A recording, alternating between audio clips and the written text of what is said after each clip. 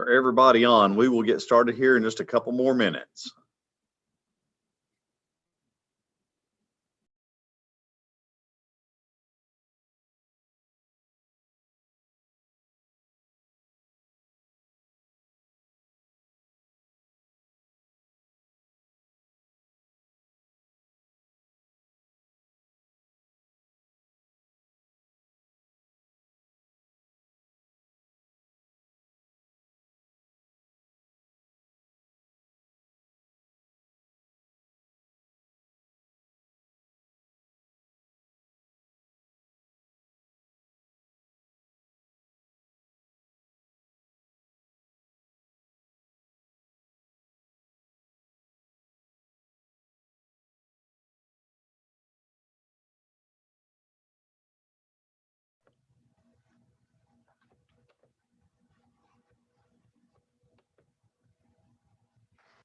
Good afternoon, everybody.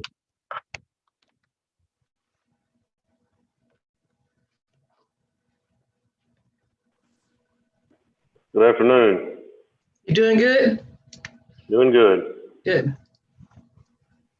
I heard from Miss Four. She is traveling and said she might be on a flight. She would try to connect if and when she was in an airport, but I told her there was already going to be enough, so that was up to her. But so she may not be on here today, depending on flights and everything else. And I know Dr. Kirtley has talked to Dr. Krause. I believe he is also traveling today.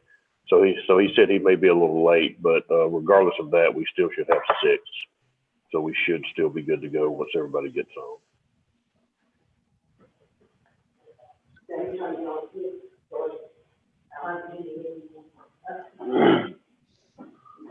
Sorry, it didn't work out about this morning. We had one set for all morning and it got moved over something that really wasn't beyond our control or the respondent's control. So it had to be moved, but we'll get it reset for a later date. Okay. We had the whole morning for them. Yeah. I don't know about everybody else, but I ended up getting a whole lot of other stuff done I needed to this morning. So that was probably good. Yeah, same here. And we've got a short, right when we start, when we get everybody on here, we've got a short support group real quick. They had somebody, so I told them we'd get them squeezed in today, so that it shouldn't take long. Get somebody that's already in there. They're just asking for more hours. I think as soon as we get Dr. Richmond on, that's the last board member we expect for sure at 1. We're still got another minute till 1 anyway.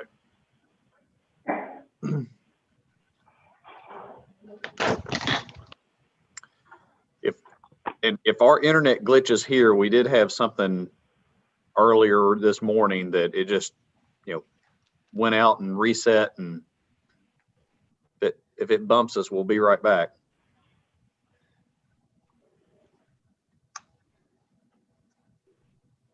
Is it flooding down there? It's flooding up here. No, but the sky's getting dark. Yeah, I walked to lunch and there were about 4 or 5 drops I saw, but I think it's supposed to storm tonight. Yeah, and I think it's gonna hit us tomorrow morning early. Well, it was a bad one here, so it may be on the way. Yeah, I saw somebody up in your area, Debbie, that said they had 5 inches and it was still raining, said the geese were fleeing to higher ground. I think that's true. Mm. Okay, it's 101. But I think we're still waiting on one more. Do I see Dr. Richmond? I think we're still waiting on him. I see. Okay. I'll shoot him a text. Yeah, we've got 5 on here right now. Like I said, Miss Four and Dr. Krause will probably be here at some point. I told Miss Four, she said she was going to be in an airport. And I said, well, we had plenty if she didn't want to try to bother with it. So.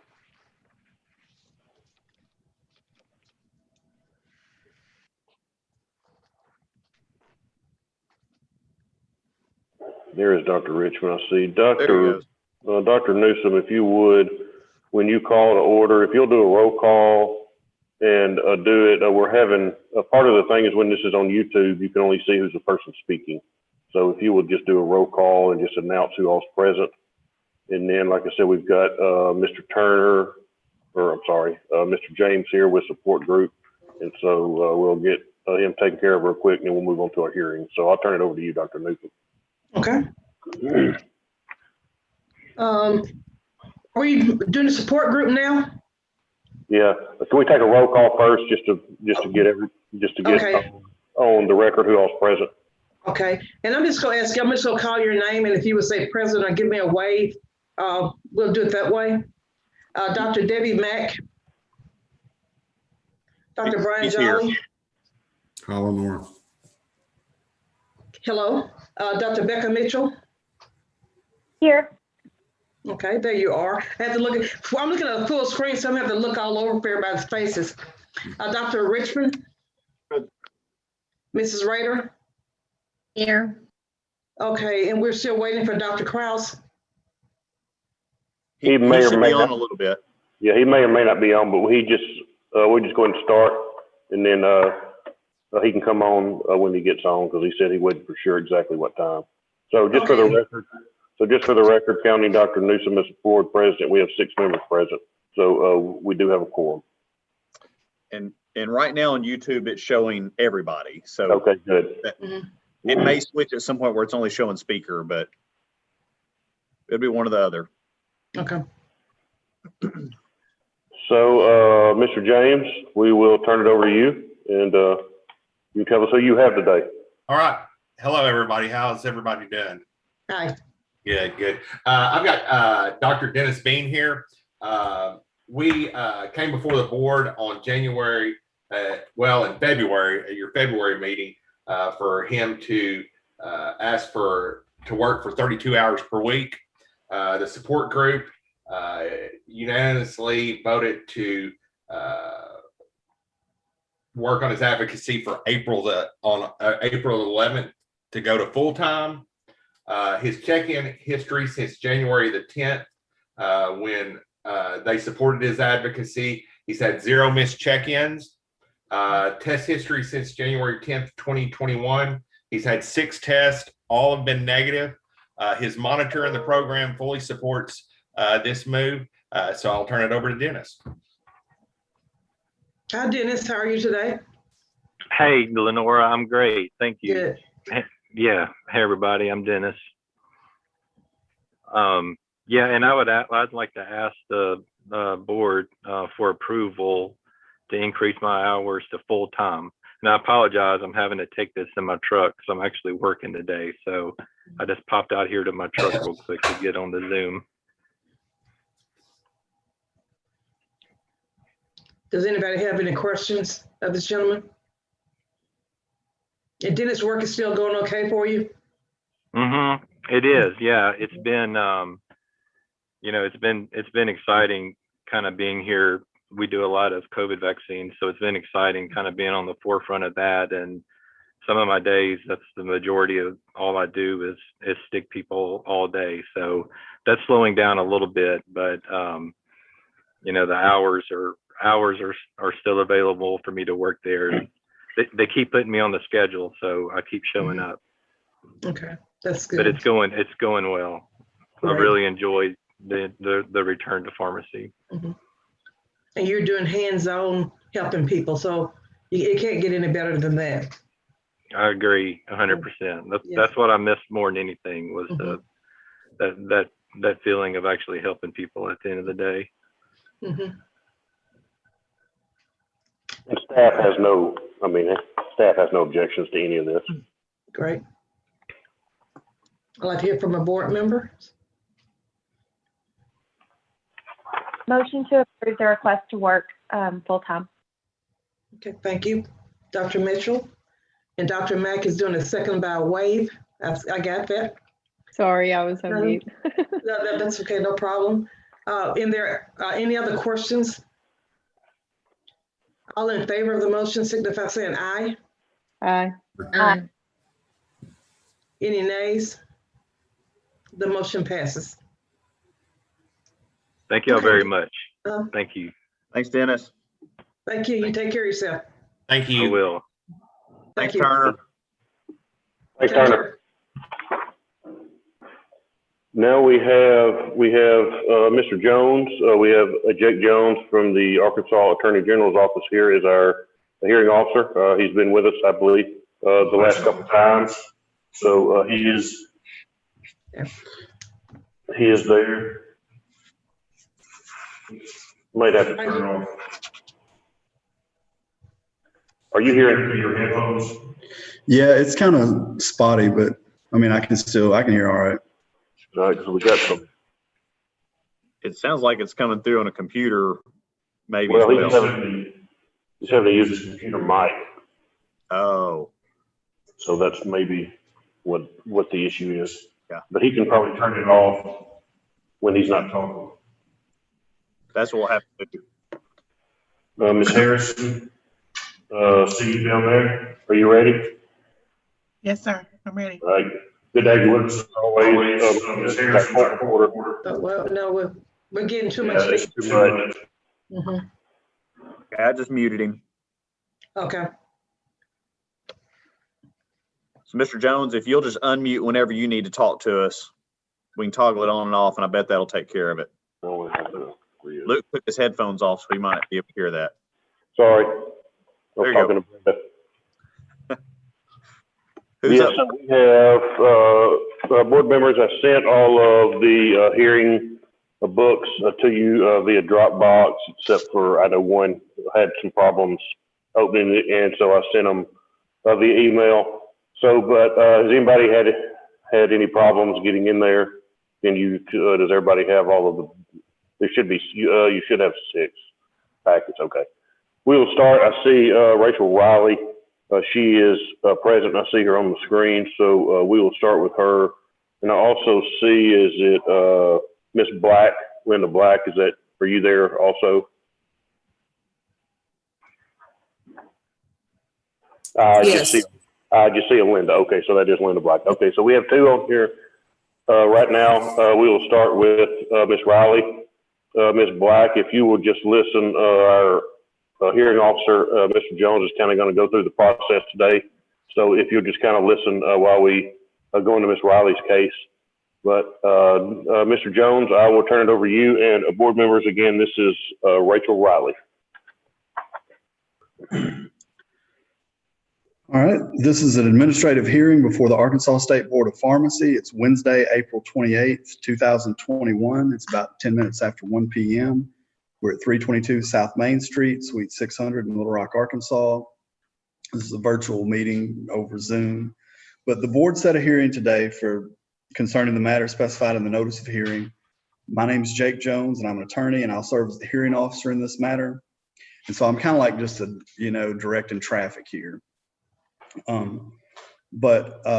Ms. Black, you'll be up in a little bit if you just want to. I'm just going to kind of do an overview, and yours will flow the same way as this one will.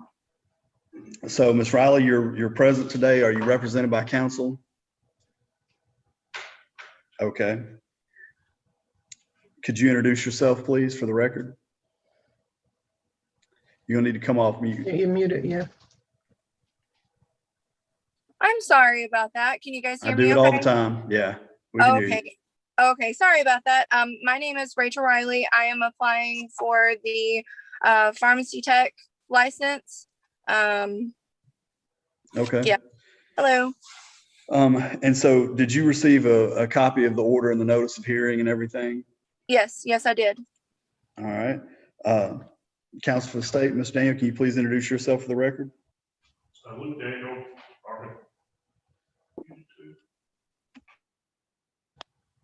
Luke Daniel, Arkansas State Board of Pharmacy. All right.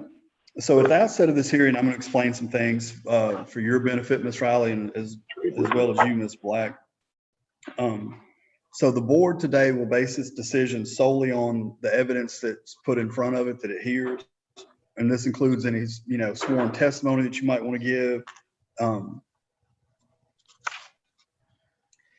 and any documentary evidence or anything like that you might have.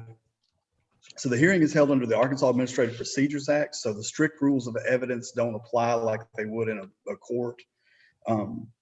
So generally, if it's something relevant to your case, it's going to come in, but if the state tries to introduce something that you don't think is relevant, you can say, hey, I don't think that's relevant, and we'll talk about it. And so we have a court reporter, Miss Faith Grigsby, and she's taken down everything that we're saying today. This is of record. So towards that end, don't try not to speak over each other. If somebody else is talking, let them finish. And, you know, that goes for everybody participating today. So the board members don't know anything about your case except what's in the notice of hearing. And so for that reason, again, if there's anything that you want to submit to have the board consider in your case, you know, just introduce that, make sure the staff gets it so it can be submitted to the board for consideration. If at any time during the course of these proceedings you have any questions or you just want to, you know, stop and say, hey, I don't understand, you know, feel free to do that and we can figure it out and talk about it. So these proceedings are subject to the Arkansas Freedom of Information Act. So all parts of this hearing today are open to the public, and that includes the board's deliberation. So, but it might seem kind of weird when the board starts to deliberate, you know, you'll still be able to hear them and you'll hear what they're saying, but you can't jump in and interject because we're off the record. But if there's something that you want to bring on the record, just let us know and we can come back on the record and get to it. So at this point, and not you yet, Ms. Black, but Ms. Riley and then Mr. Daniel, anybody that's going to be a witness in this case, if you could raise your right hand to be sworn by the court reporter. Do you solemnly swear or affirm that the testimony you're about to give today will be the truth, the whole truth, and nothing but the truth? Yes. I do. Thank you. All right. Are there any preliminary matters or anything like that, Mr. Daniel? Before, do you have anything you want to admit for consideration? The board would ask you to take judicial notice of Arkansas statutory law and of pharmacy board rules and regulations, and would ask to admit exhibits 1 through 7 at this time. All right. Notice will be taken. Those exhibits will be admitted for the record.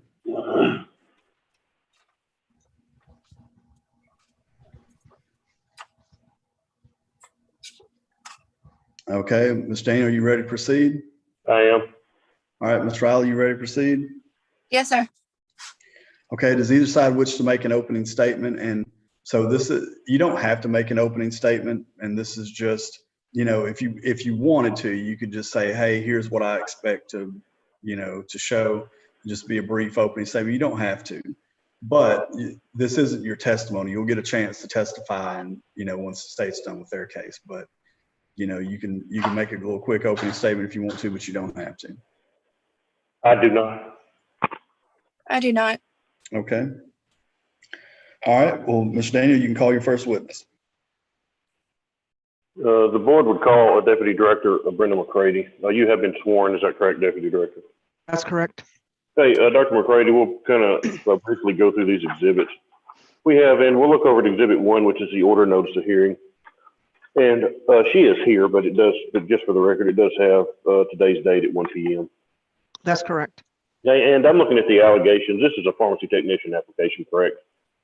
Yes, it is. And she provided an application on November 30th of 2020. Is that correct? That's correct. And then on December 1st of 2020, the board mailed her a letter stating that she needed to provide a personal statement and some court documentation in reference to her criminal history. That's correct. And actually, the board did not receive a response back from her, or did not receive her personal statement and court documents until January 11th of 2021, correct? That is correct.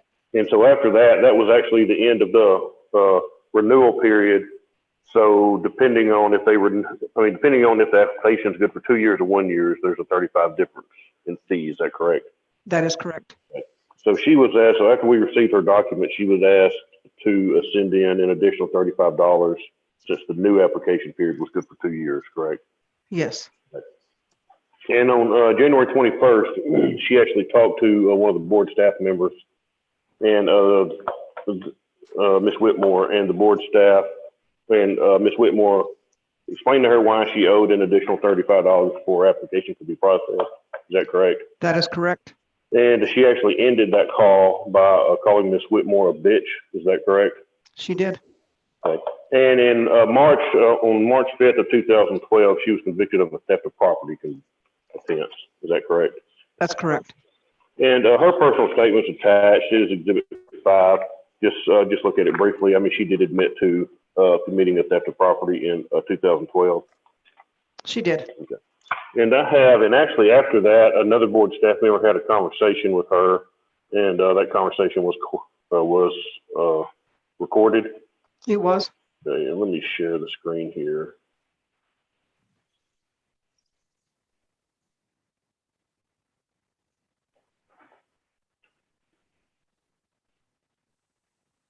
Should be, I mean, I've got it shared to see if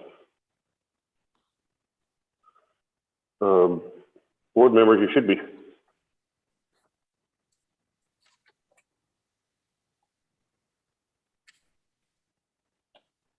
Is it playing? It's not playing. Hey, Luke. Yes. I believe there is a setting in Zoom where you have to choose that you want to share your computer audio in order for us to be able to hear that. Okay, I learn something every day. Let me get out of here.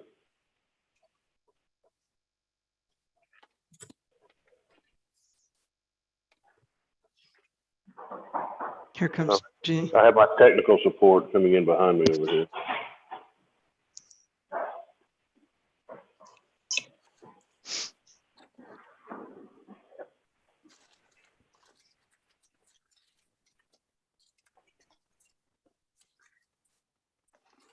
Advanced sharing options.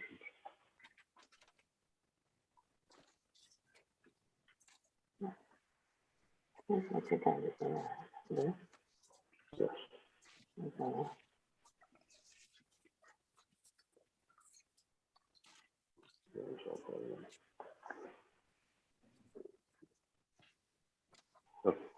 I've used videos before. I've never tried to just play just a straight audio. Dr. Mitchell said it was in Zoom somewhere where you had to click to share your audio.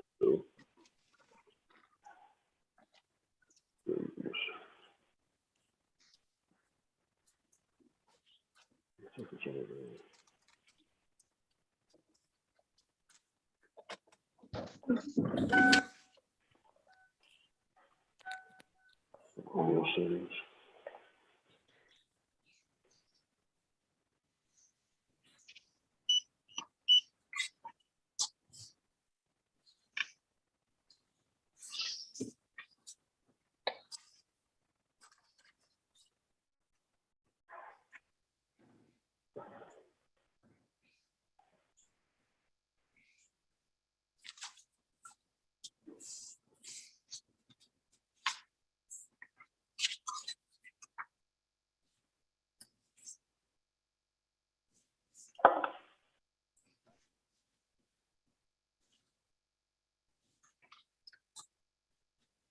No, it's not. No.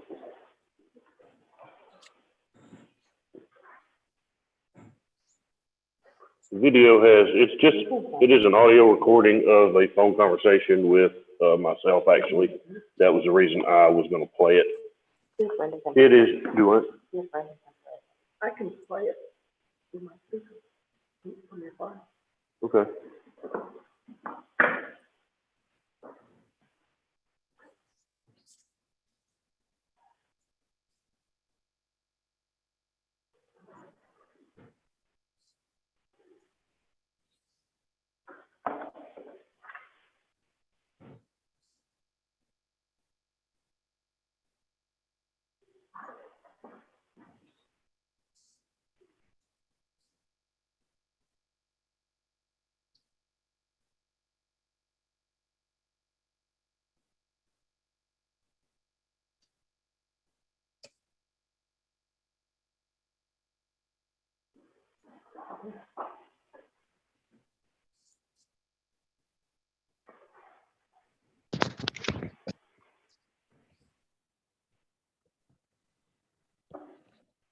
See, it's not playing. What I'm saying is it's not. It's not coming through because we're hooked up on Zoom. All right, the video, the audio has been entered into evidence, but what it says, it's just a phone call where she calls and she asks about her application.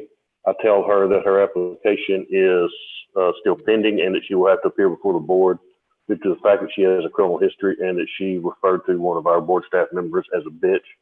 She asked why she had to come before the board, and I told her, one, like I said, because of the criminal history, and that was very unprofessional conduct to refer to a board staff member like that. She then said, and I quote, turn your mic off.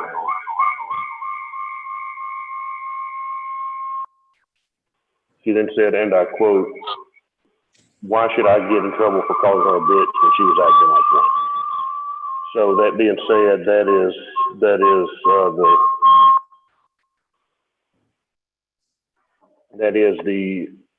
what that audio recording does say.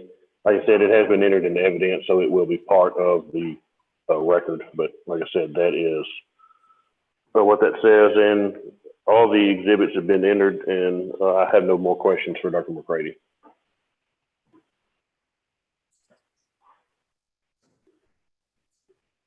All right, Ms. Riley, do you have any questions of Dr. McCready? No. All right. Board, do you have any questions for Dr. McCready? Okay, seeing none, Mr. Daniel, you can call your next witness. Board has no further witnesses.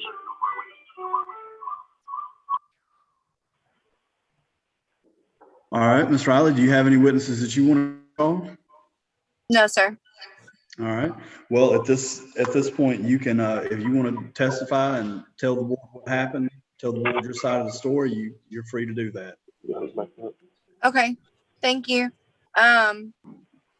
So yes, I did send in the application on November 30th, and I do know that you guys did receive it on December 1st.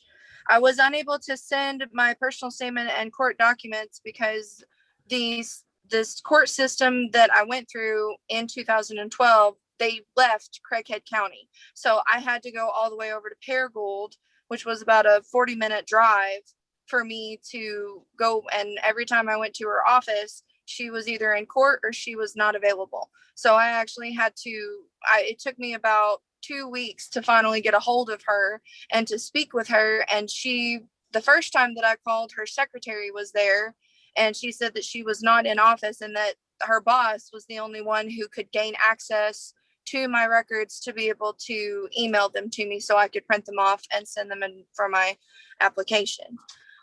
When I did the application, I was unaware that in filling it out before December 31st, I thought that if I had sent everything and sent the actual application in before December 31st, that I was going to be granted the pharmacy tech license for 2 years. That is what I understood when I read the application. And then when I was told that because you guys didn't receive everything until January 11th of 2021, that I was going to have to pay an additional $35. I do realize and fully understand that I made a mistake, that I should not have spoken to her that way. I have never spoken to a patient or a customer in that manner. And I'm sorry. I made a mistake.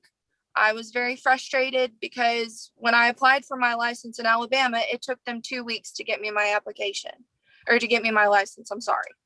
And I did not understand why it was taking so long for me to receive my license, because Alabama knew about my criminal history. It was almost 10 years ago. And I was 18. I made a mistake. I paid for my mistake. And I am sorry for what I said to her. I really am. I really do regret saying what I said. And if I am being honest about it, I honestly, I felt like I was being mistreated, because when I spoke to her on the phone, she said that I had 4 options. Well, with COVID and everything, I was having a very hard time finding a job and being able to support myself and support my daughter. So in the tension of all that, and then you guys were asking for another $35, it made me mad. And I am very sorry that I lashed out at her when I shouldn't have. And I regret doing and handling the situation the way that I did. And I can promise you that if the board agrees to possibly grant my application and give me my license, that I will never be a problem. I was not a problem in Alabama for a year and a half. I was a good worker. I'm a hard worker. I'm just trying to support myself and support my daughter. And this is the only way that I know that I can do it. And again, I'm sorry for using foul language when I should not have. And I'm sorry. All right, Mr. Daniel, you have any questions, Ms. Riley? I do not. Board members, do you have any questions, Ms. Riley? I do. Mr. Riley, what are you going to do when the angry customer comes up to you in the store? How are you going to react to that person? And what about the person who's calling you on the phone? And you can't see them, you know? Yes, ma'am. I would treat them, as I treat customers when they're face to face. I have never in my whole working life ever used foul language to a customer or a person. I let my emotions get the best of me. And when I was speaking to the woman that I was speaking to on the phone with the application, and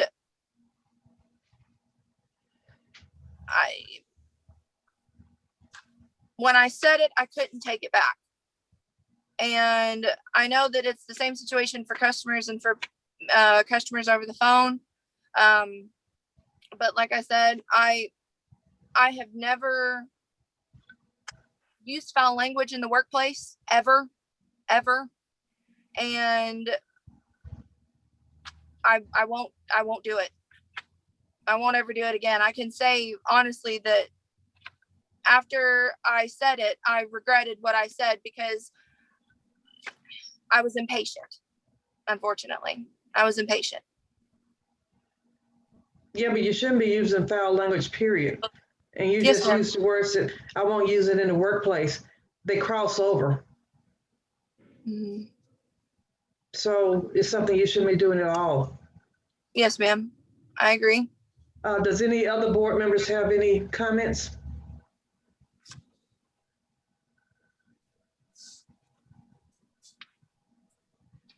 Okay.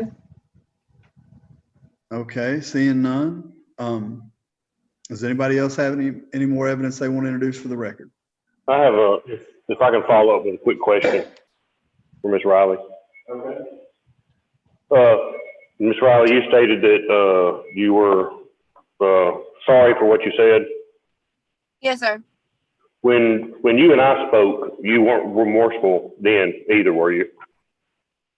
I just did not know that I was going before the board. I did not receive the letter from you saying that I was going to go before the board until about 2 days later. So I had no idea about anything that was transpiring. And every time that I called you guys, it was poor timing because I felt like I was being left in the dark because I did not know the process and I did not know what was going on. And every time I called you guys, either the letter would show up that same day or it would be the day after or the day after that.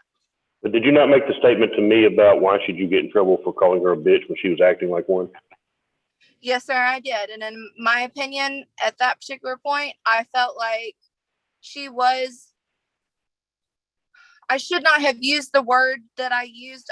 In my opinion, I believe that she was being rude because she was telling me that I had 3 choices, and it was almost in a sarcastic tone to me when she was saying it, and I was frustrated because I was giving y'all more money, and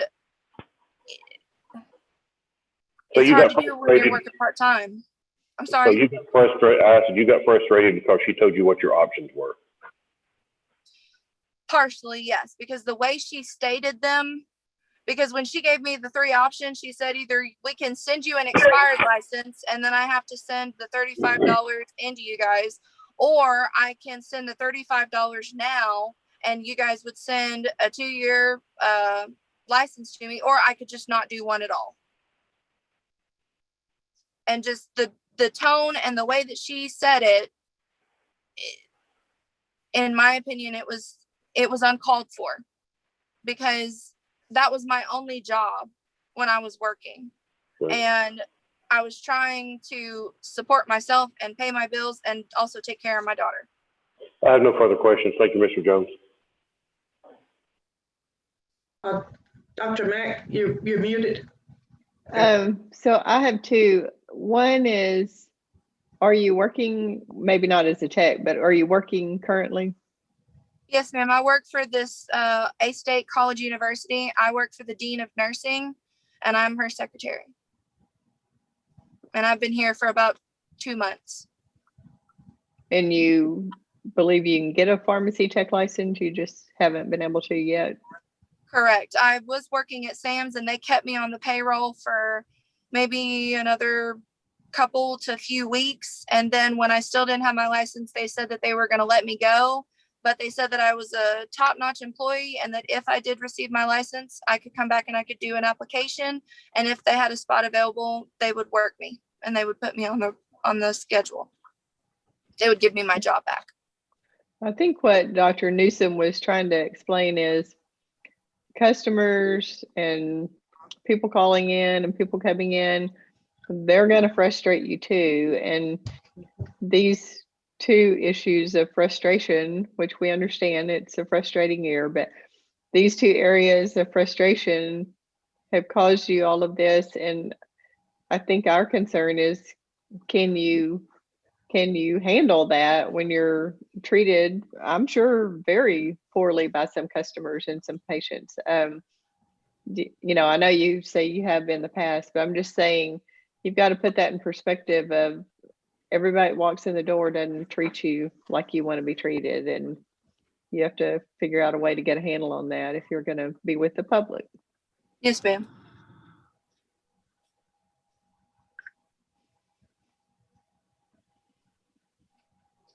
Any other Okay. comments from board members? Yeah. Any more evidence to be offered for the record?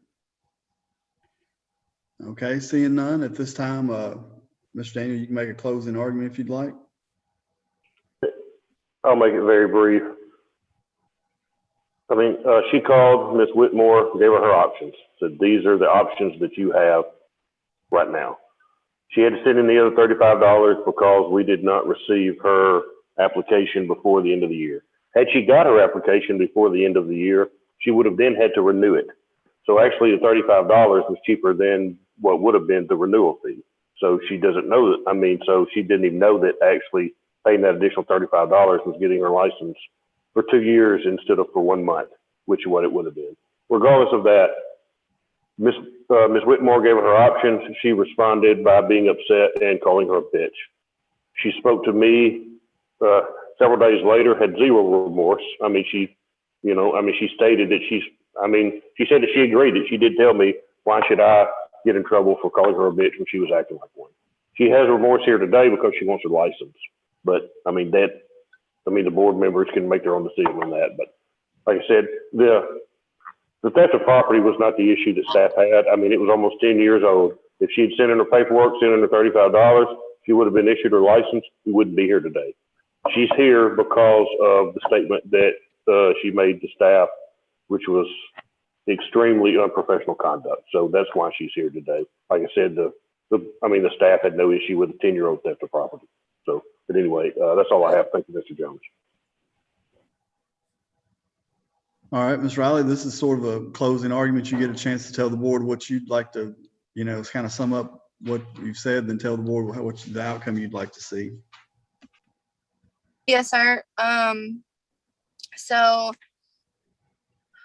what I would like to see is I would like to see the board give me a chance to prove that I am not the type of person to use foul language at all. I had a momentary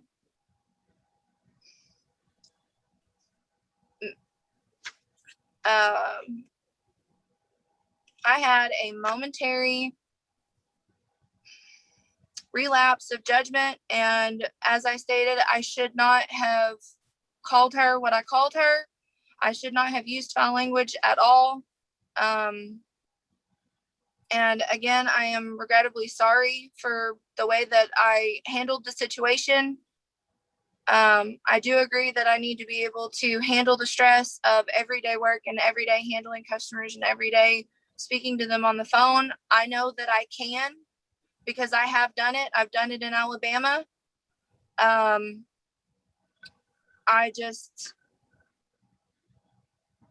Again, I apologize for the way that I acted, and I'm asking the board to give me the opportunity to prove that I can do my job and I am good at my job, and that I will not be a problem for the board.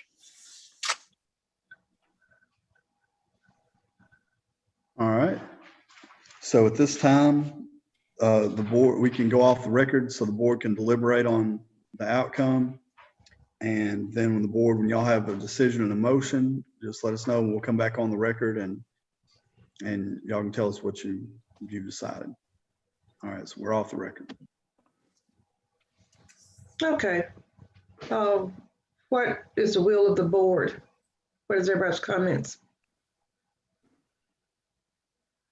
And you need to unmute, please.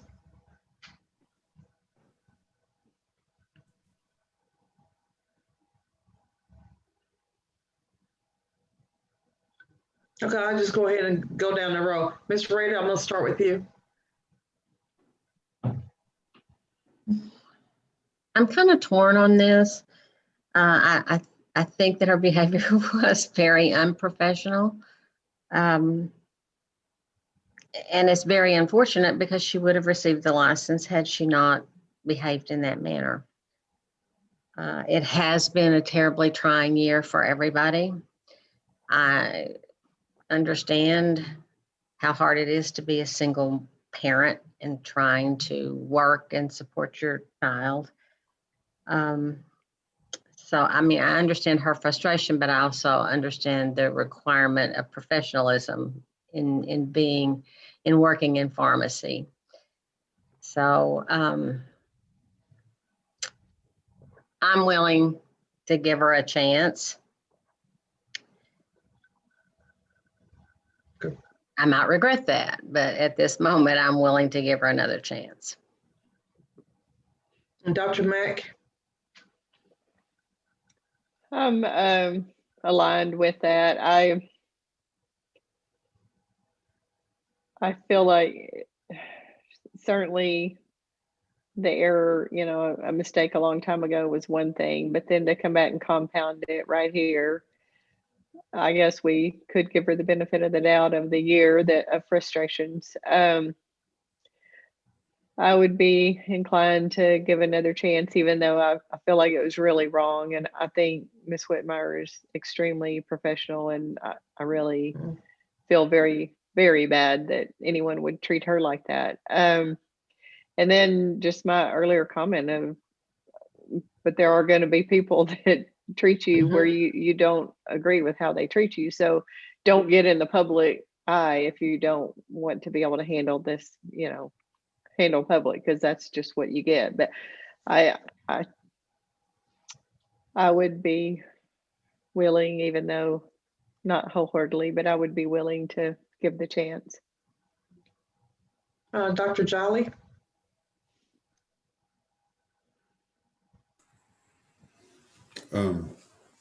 Yeah, I would say I'm torn on this as well, but I have the same thoughts as what Ms. Rader and Dr. Mack have. The part that I can't get over is showing unprofessionalism toward a licensing board and a member of that staff. That's concerning to me, but as others have said, it has been a stressful year. So I agree with the comments that my fellow board members have made thus far. Thanks. Thank you. Dr. Mitchell?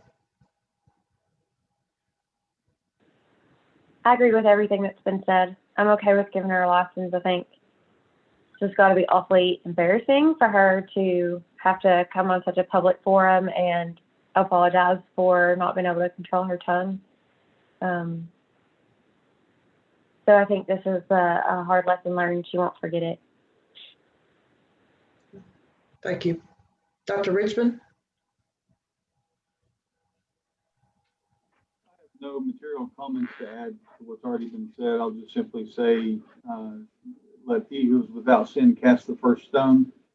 I think we probably have all found ourselves at that position at somewhere at some time. It's unfortunate that she had to bear that at the board, but I think Ms. Riley has apologized. So I have no problem giving her a license. Thank you. Any other comments? I would like to entertain a motion, please. Okay, we will come back on the record. It sounds like the board's reached the decision. Y'all can make your motion on the record.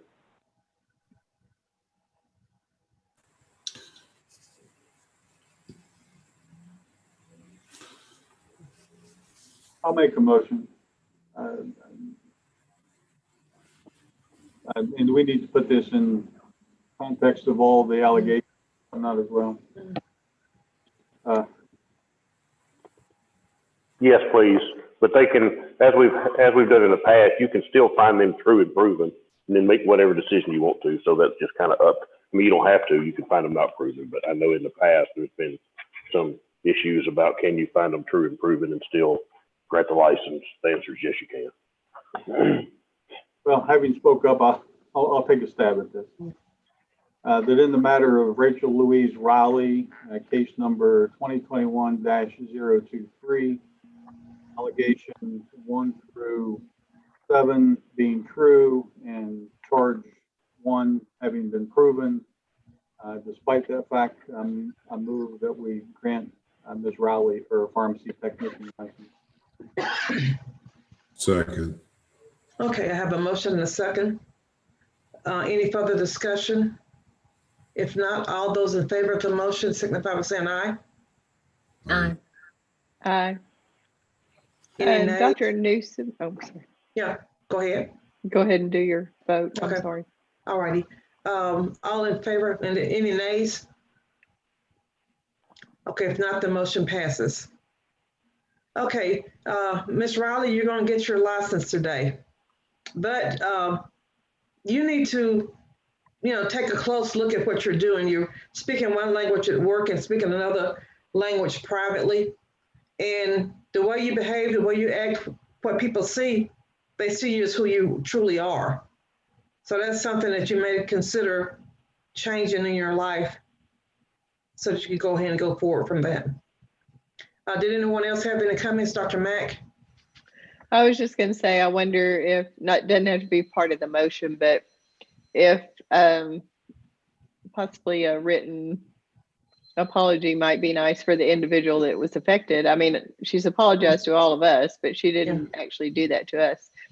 I don't want them to get into any kind of argument or anything, but I just wonder if it felt right to her, if that might be the thing to do.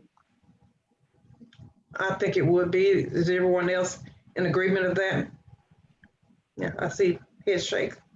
Okay. All right, thank you. Ms. Riley, your application will be processed and your license will be mailed out within the next day or so. So you should have it by the first of next week. You can start working when you receive it in the mail. And I've still got an address on Ridgeview Drive. Is that still a good address, mailing address? Okay. It'll be mailed there. And Mr. Jones, I'll turn it back over to you. Thank you. Okay, let the record reflect the decision is unanimous. And Ms. Riley, as you heard, Mr. Daniel, he'll get a copy of the license out to you. If there are no other questions or comments, then this hearing will be concluded. The record will be closed. Oh, you're muted. Oh, okay. How do Yeah. I get in touch with the individual to send them a letter? Because I would be willing to do that. I would be willing to send a written apology. Her name is Miss Whitmore, Whitmore, and you could mail it to the board's address. Okay. Okay. I'll do that today when I get done with work. Thank you. All right. Thank you all. Next, we have, you ready to move on, Ms. Harrison? Okay. Next, we have Linda Black, and Ms. Black is here on the screen. And just for the record to show, we have 6 board members present, so we do have a quorum. So, Mr. Jones, I will turn it over to you. All right, this is an administrative hearing before the Arkansas State Board of Pharmacy. It's Wednesday, April 28th, 2021. It's about 10 minutes till 2 p.m. We're at 322 South Main Street, Suite 600 in Little Rock, Arkansas. And this is case number 21-10. It's in the matter of Ms. Linda Black. So the board set a hearing for today concerning the matters specified in the notice of hearing. My name is Jake Jones. I'm an attorney and I'll serve as the hearing officer in this matter. Ms. Black, I see that you're present. Are you represented by counsel today? No. Okay, that's fine. Could you introduce yourself for the record? My name is Linda Black. I'm a pharmacy technician. All right. And did you receive a copy of the order and notice of hearing today? Yes, I did. Okay. And have you seen the packet that the state's going to submit here in a minute? Yes. Okay. All right. Mr. Daniel, could you please introduce yourself? Luke Daniel, General Counsel, State Board of Pharmacy. Okay. And Ms. Black, in the previous hearing, I think you heard some of the things that I went over, just the sort of housekeeping matters. Do you want me to go over any of that again? Do you have any questions about any of that? No, sir. Okay. No, sir. All right.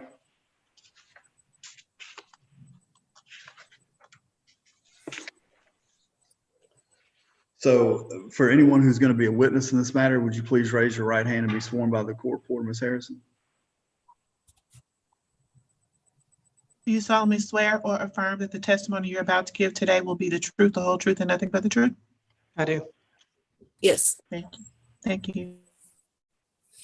Okay.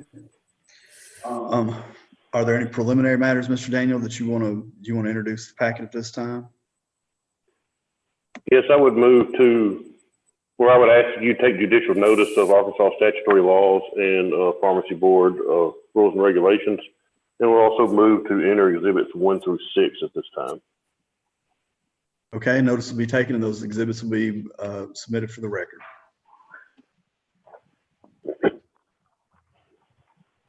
All right, Mr. Daniel, you ready to proceed? I am. Ms. Black, you ready? Yes, sir. All right. Does either side wish to make an opening statement? I do not. How about you, Ms. Black? No, sir. No, Okay. sir. Yeah, that's fine. Mr. Daniel, you can call your first witness. The state calls Deputy Director Brenda McCready. Dr. McCready will briefly go through a few of these exhibits, looking at the order notice of hearing. And Ms. Black is present today, but on the second page, it does show, actually it shows April 28th at 9 a.m. Is that correct? That's correct. And board staff talked with her and asked her if she could move to 1 o'clock, and she agreed to do that. That's correct. Looking at the allegations on page 1 of the order notice of hearing, now she is a licensed pharmacy technician at this time. Is that correct?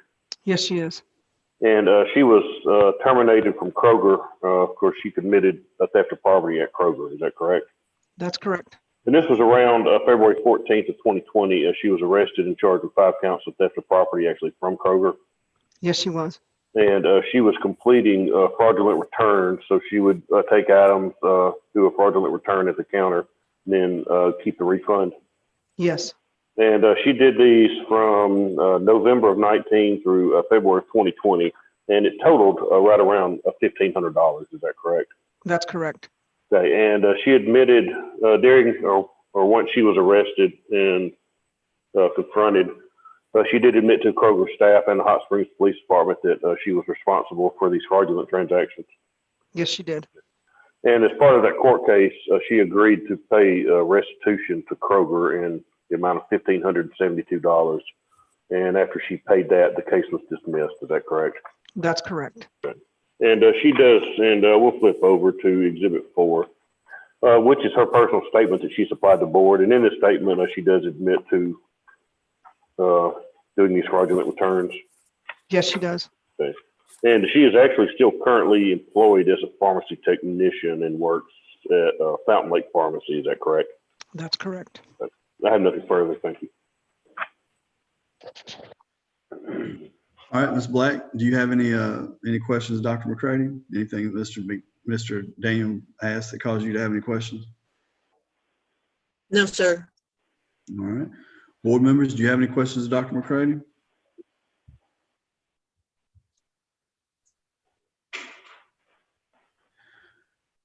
Okay, seeing none, Mr. Daniel, you can call your next witness. Nothing further. Okay. Well, Mr. Daniels rested his case. Ms. Black, do you have any witnesses you want to call? No, sir. Okay, well, I'm guessing you'll be a witness for yourself. So at this time, you've been sworn, and you can testify to the board about what happened. Yeah, I was under a lot of stress. I just lost my mother. And I wasn't thinking straight, and it will never happen again because I do not want to go through that ever again. And I said, I've made restitution. The pharmacy I work with now is smaller than Kroger, so it's not as stressful. And I'm slowly getting over the loss of my mother. And I would really like to keep my job, even if it is suspended for, not suspended or on probation, because I enjoy what I do. And I apologize for not doing the conduct that I should have done.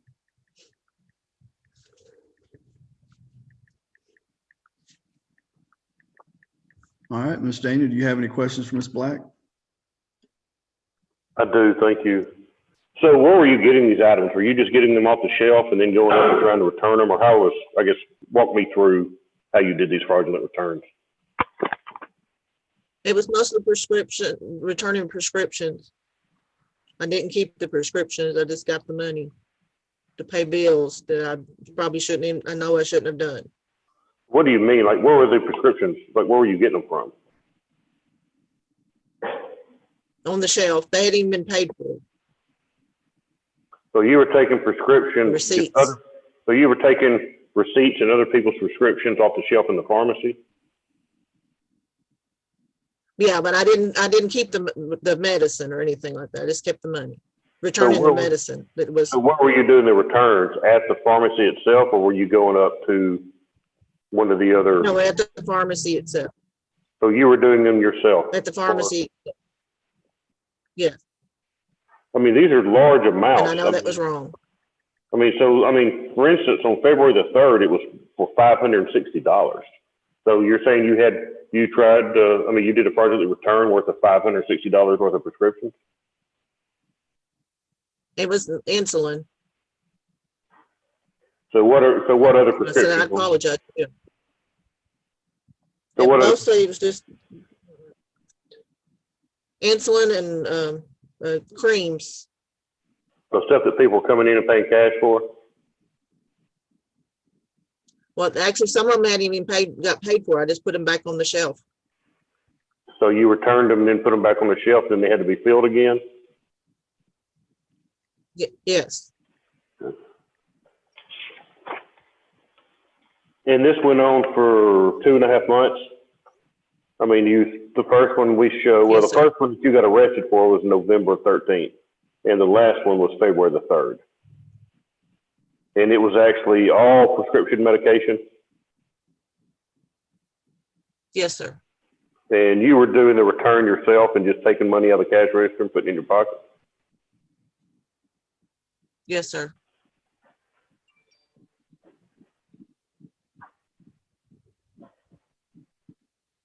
So there wasn't any, I guess, how did you get caught? They had the cameras.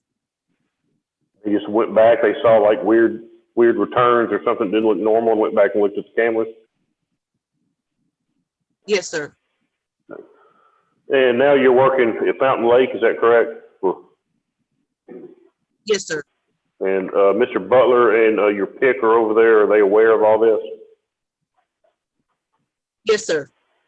Thank you, I have nothing further. Okay, board, anything about Mr. Daniels' questions that caused y'all to have questions for Ms. Black?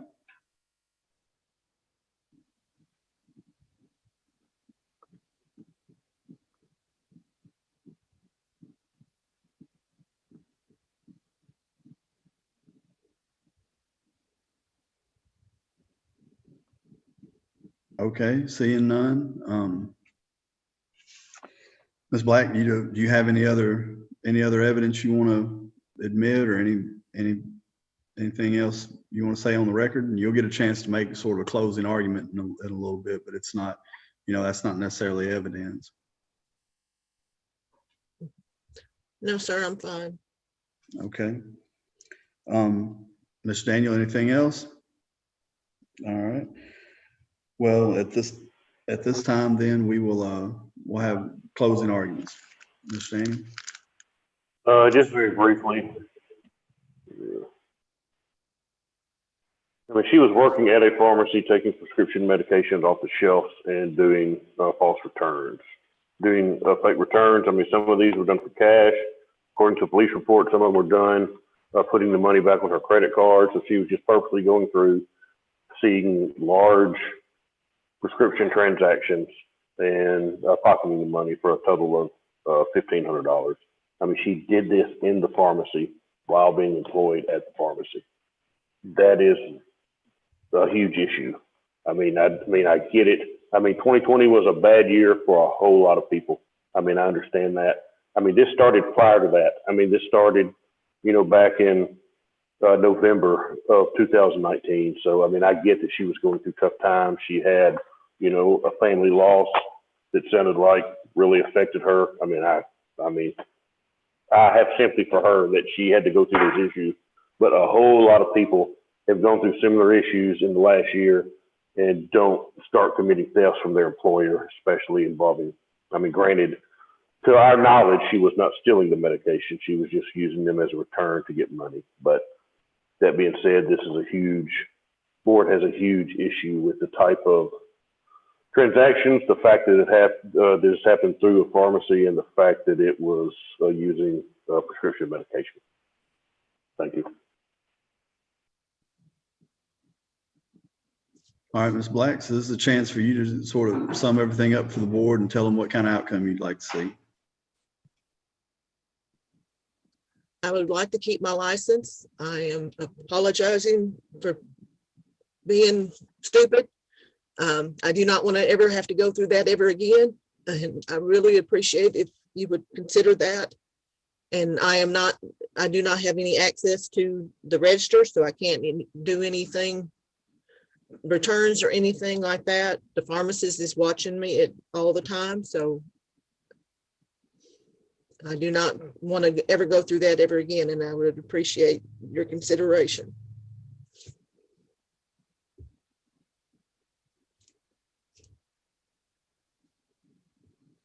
All right, well, at this time then the board, do you need anything else? Are y'all ready to go off the record and deliberate?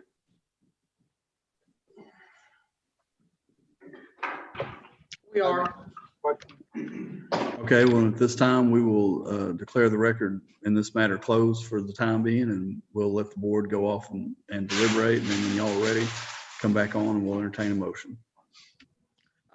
Dr. Richmond, did you have a question that we should have heard? Yes, ma'am. I wanted to know, is this a Class D felony? We have to go back on for you to ask that question. Mr. Jones, can we go back on the record? for a Sure, few minutes? yes. Yes, we're back on the record. The board has a question. These were all charged as 5 separate misdemeanors. The total amount being over $1,000, I mean, they could have charged her with a Class D felony, which is the lowest felony, which is 1,000 to 500. But there were 5 incidents, I guess, over the different time periods, so they decided to charge them as a misdemeanor instead of a felony. But theoretically, they could have been charged either way. But like she has no convictions. Like I said, once she paid that $1,500 and change back, they non-processed the case after she made restitution. So there's not a conviction for either way. That was complete restitution, right? Yeah. It was. Have any questions? Thank you. Okay. All right. Mr. Jones, we would like to go back off the record now. Okay, we're off the record for the board's deliberations. All right. Thank you, sir. Okay. Let me hear your comments, please. I have concerns when you start. I know that she says she's not taking money or she's not working the register now. But what happens, you know, if she changes jobs and goes someplace else? She still has a pharmacy license or a tech license. And what happens next time she gets behind on her bills? You know, it's just, I have some real concerns about allowing her to keep her license. Okay. Dr. Mack? I do too. I don't think we can allow her to keep her license because she used her license to commit these acts. If she wasn't a pharmacy tech, she wouldn't have had the opportunity to do that. And maybe she can't run the register, but there's a lot of other things in a pharmacy that you can take that can supplement your income. So I just feel like in this case, it's too new and too big of a deal.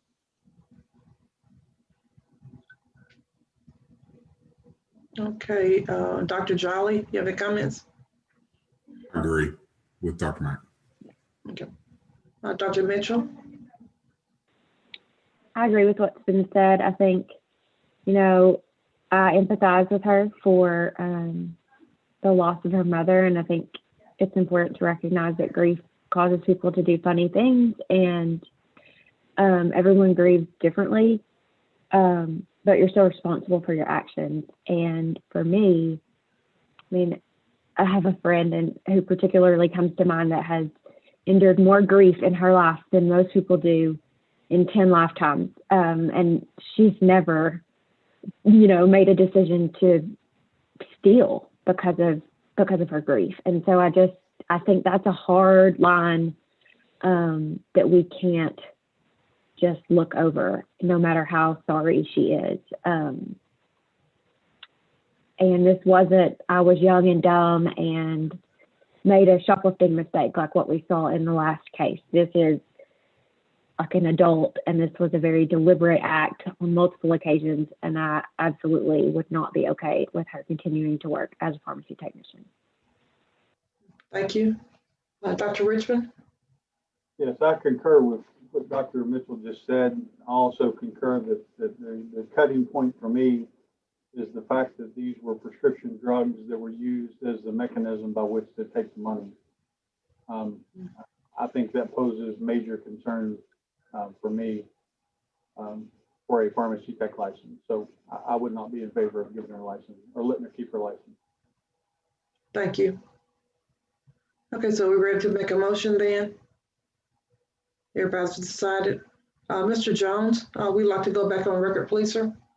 All right, we are back on the record before the Arkansas State Board of Pharmacy in the matter of Miss Linda Black. I believe, board, you deliberated and have a motion. Okay, I'd like to entertain a motion, please.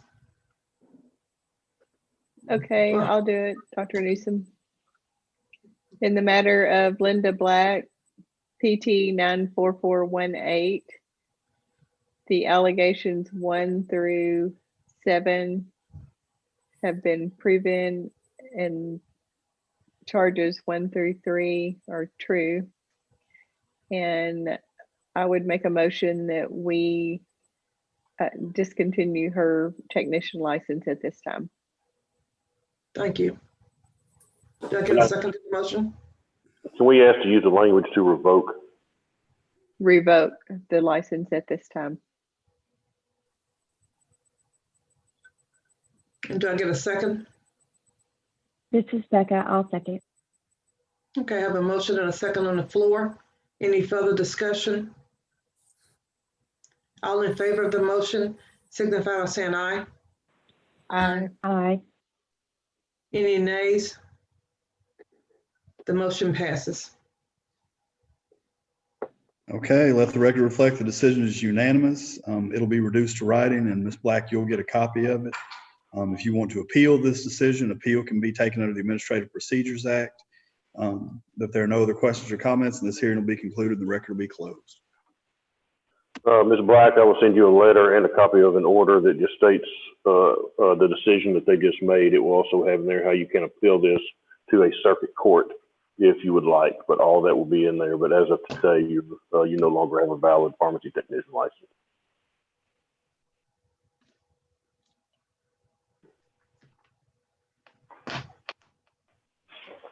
Okay, any other discussion by anyone? Oh, can we take a quick comfort break? Sounds perfect. We actually don't have, I'll double check the phones, but we don't have anybody else that has showed up. We have 4 left. So we should be able to get them or through them pretty quickly. So 10 minutes work for everybody. That will. So we'll be back at say 2:20? Okay, all right, thank you.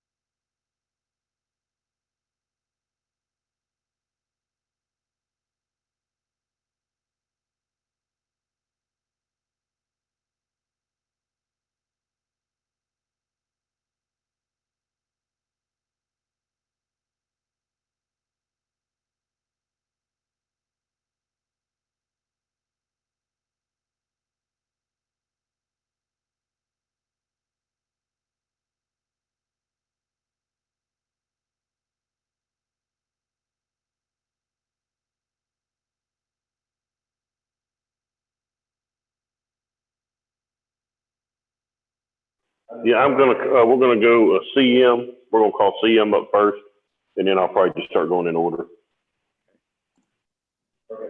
Dr. Kraus is trying to get in, but I don't see him on my screen or in the waiting room.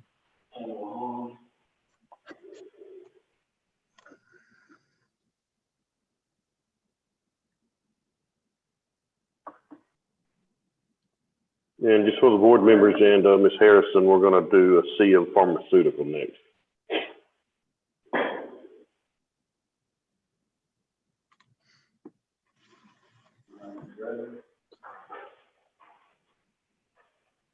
And Ms. Harrison, after today, if you'll just do what you usually do and send us a copy of the motions. Thank you.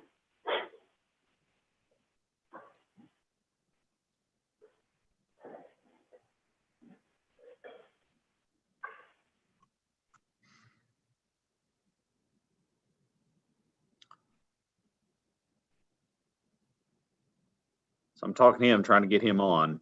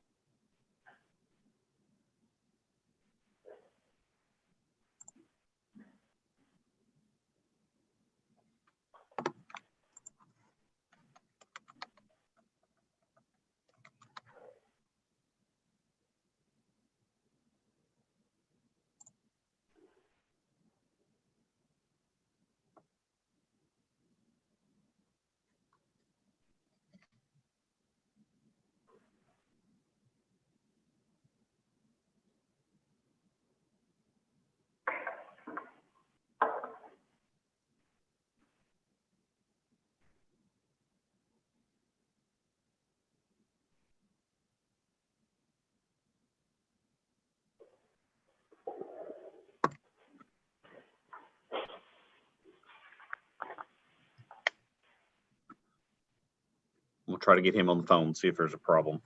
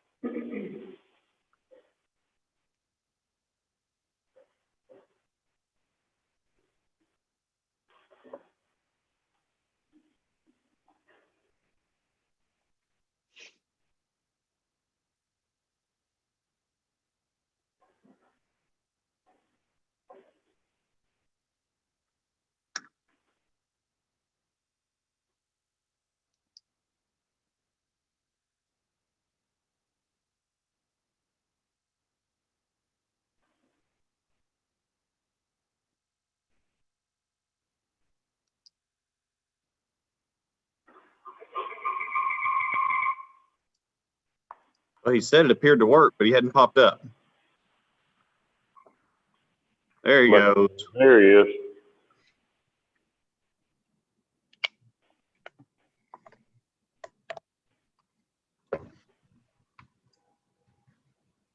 All right, Dr. Kraus, can you hear us?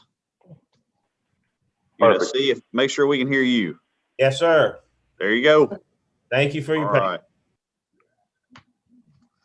And we'll get back on, and just for the record now, we do have Dr. Lynn Kraus of 7 of the 8 board members present, the 6 that were already present now. Dr. Kraus is also present. And just so everybody, we're going to do a CM Pharmaceutical. I do not see them present on Zoom, and we have not heard from them at the office here today either. I'll turn it over to you, Mr. Jones. All right, this is an administrative hearing before the Arkansas State Board of Pharmacy. It's Wednesday, April 28th, 2021, and it's about 2:25 p.m. We're at 322 South Main Street, Suite 600, Little Rock, Arkansas. The board has set a hearing for today concerning the matters specified in the notice of hearing. We're dealing with CM Pharmaceutical, Mr. Robert Gaffney. And the hall has been sounded, and it appears that CM Pharmaceutical is not present. Do you have a service for them on the record? I mean, at least an attempted service? No, we do. And it'll be introduced as one of the exhibits. All right, well, seeing that respondent's not present, Ms. Daniel, you can go ahead and present your case. Thank you. At this time, we would ask for you to take judicial notice of Arkansas statutory law and Pharmacy Board rules and regulations, and would move to enter exhibits 1 through 10 into evidence. All right. Notice will be taken and those exhibits will be entered into evidence. And would call and Dr. Cindy Fain would ask that she be sworn at this time. All right, Dr. Fain, if you could raise your right hand and be sworn. Do you solemnly swear or affirm that the testimony you're about to give today will be the truth, the whole truth, and nothing but the truth? I do. Thank you. Dr. Fain, just for the record, so there's a clear record, you're an investigator / pharmacy inspector here at the Arkansas Board of Pharmacy. Is that correct? That is correct. And how long have you been with Arkansas Board? 3 years. And before that, you were with the Oklahoma State Board of Pharmacy? Yes, for 20 years. Okay, perfect. Thank you. We'll go through some of these exhibits, and I'm looking over at what would be Exhibit 1, which is the order notice of hearing. The order notice of hearing, the letter, and also the order itself list today's date, April 28th at 1 p.m. Central Standard Time via Zoom. Is that correct? Yes, it does. And Exhibit 2 is the proof of service. It shows that this letter was mailed, or this order was mailed via standard mail and via certified mail to the address of record. Yes. And looking at State's Exhibit 3, which is the address of record that CM Pharmaceutical has with our board, and that is the same address where the letter was mailed. That is correct. And they are actually licensed now as a wholesaler, but back when this investigation started, they weren't licensed. Is that correct? That's correct. Okay. So you just want to briefly kind of go through, and board members, her summary is Exhibit 4. But if you just kind of want to briefly go through just how this investigation came about and kind of what you found as you went through there. Okay. Do you also want me to show the exhibits? You don't have to. I mean, they have them in front of you. I mean, that's up to Okay. you. I mean, if you want Okay. to, we can make it where you can share. I can share. So, Okay. Feel free. Just whatever you want to do. okay, if anybody wants to look at these exhibits, it's a pretty straight timeline. I inspected a pharmacy in Hot Springs on October the 8th of 2019, and I observed some compounded products that weren't compounded at that pharmacy. And so I asked where they came from, and they showed me an invoice from CM Pharmaceutical in Coling, Alabama, dated 9/4/19. So they weren't licensed with us. Whenever I see an unfamiliar wholesaler, I check to see if they're licensed with the Arkansas Board, and they were not. So we sent a subpoena to the facility, and that was on 10/21.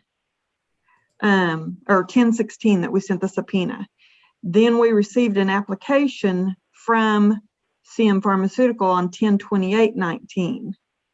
And it was issued a wholesale license on 10/31/19. So all this has taken place in a period of about 2 weeks. So On November the 5th, I sent another subpoena requesting a record of all shipments shipped into Arkansas. And I received a phone call from Robert Gaffney, and he said that he had never shipped anything into Arkansas. And I asked him to put it in writing. So on November the 7th, we got an email denying that they ever shipped into Arkansas. I have a copy of the invoice, and it was dated 9/4/19, well before that they were licensed. So he was not honest in the email. I did send another subpoena to the pharmacy asking them for purchases from CM Pharmaceuticals, and that was the only purchase that they had made. The only other thing that I would say is that these were compounded products, and we still do not know to this day who compounded them for the wholesaler to resell. We were never able to get that information and get a straight answer. Yeah, and we haven't, and besides that one conversation, that's really all the conversation the board's been able to have with Mr. Gaffney. Is that correct? That is correct. Okay. And you were talking about that invoice, and that's Exhibit 5. Is that correct? The first 2 pages are kind of blown up copy of the invoice that shows that it was shipped to Super Drugs in Hot Springs. Correct.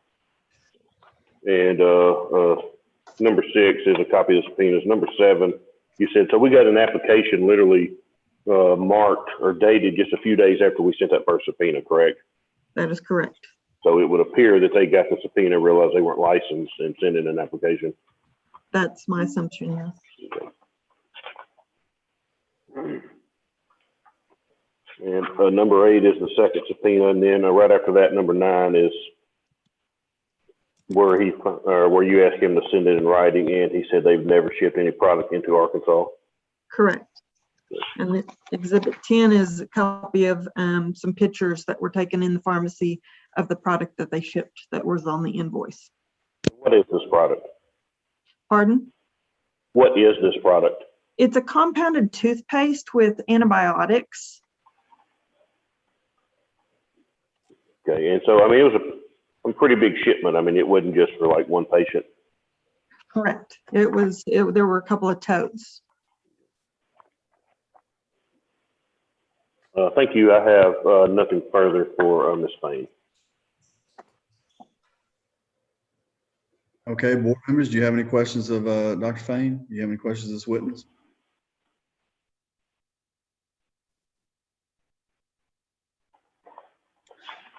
Okay, seeing none, Mr. Daniel, you can call your next witness. I have no further witnesses.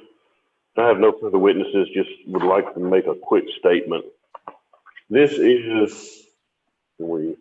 Is this your closing statement here? You're resting and this is your closing now? All right. Yes, thank you.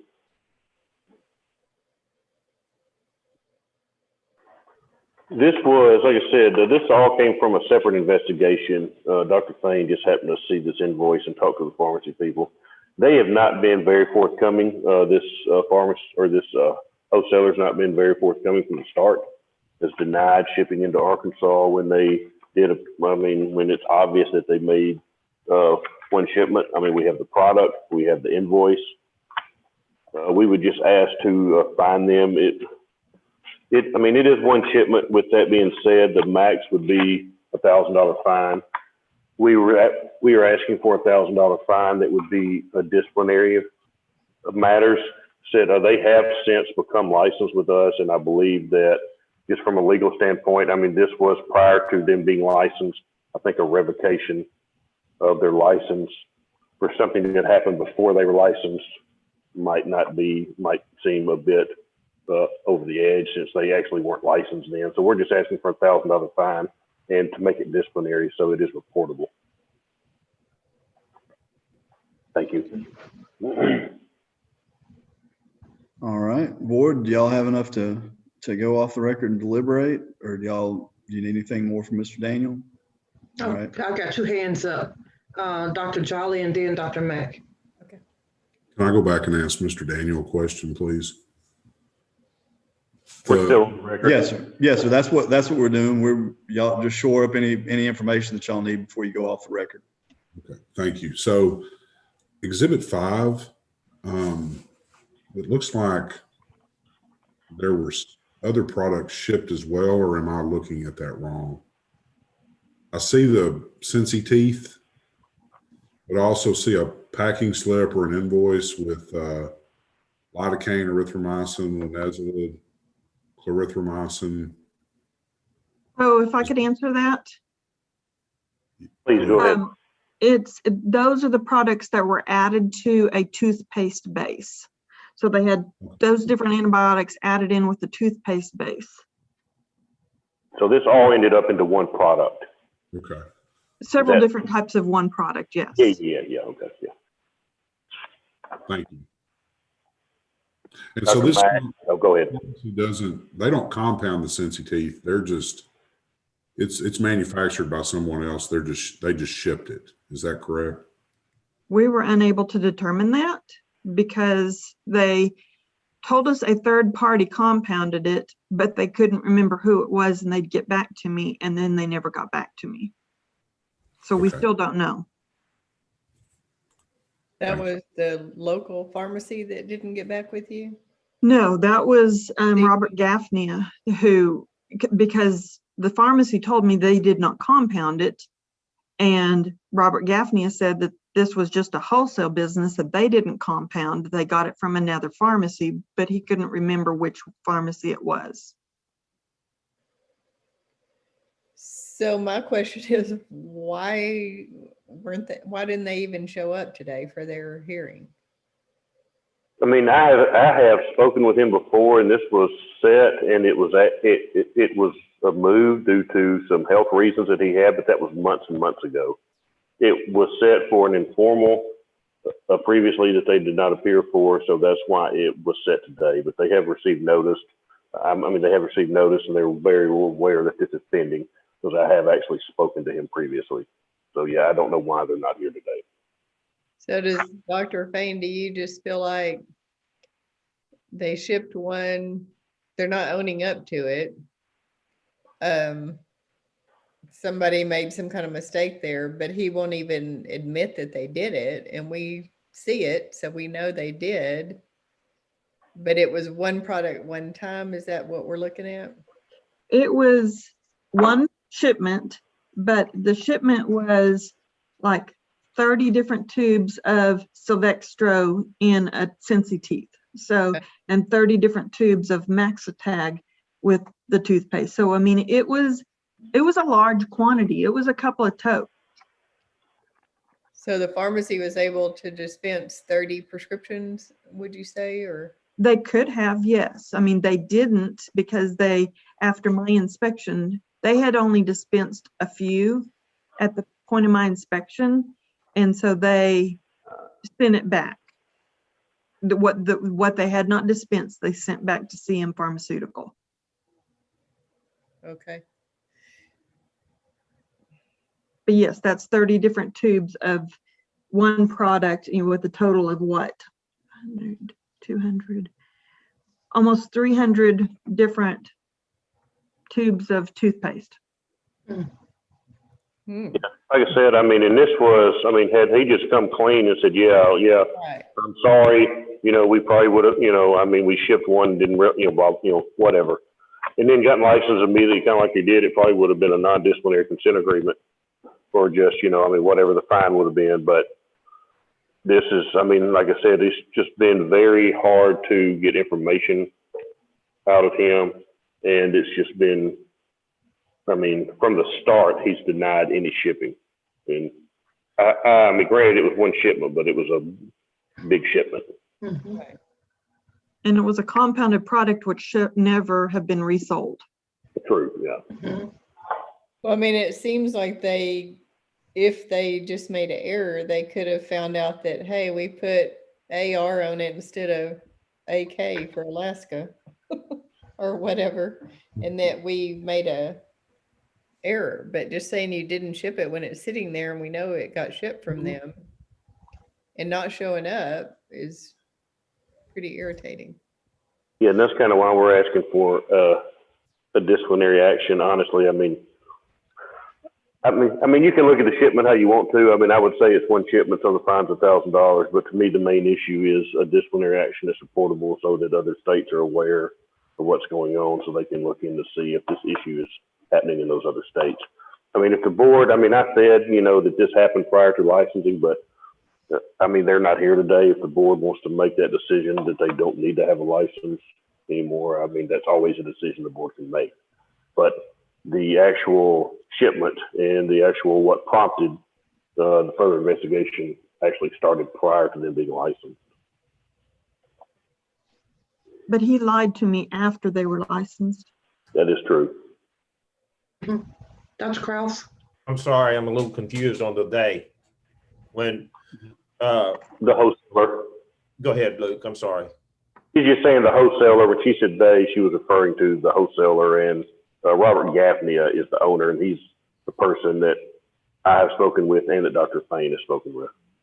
And he's an Arkansas pharmacist? No, he is. This place is in Alabama. Well, they should know they shouldn't send in compounded products to another pharmacy in another state to be resold. I mean, that's like pretty basic. If there are no more questions, okay, go ahead, Dr. Mitchell. Yeah, okay. You're muted. You're muted. Sorry, I was muted on my phone during the break too. I just want to make sure I understand correctly. So they are shipping a compounded product that they refuse to tell us where they got it because they know they're probably not supposed to have it and be reselling it. And they're shipping it into Arkansas and they're lying about it. Yeah. And Basically. Okay.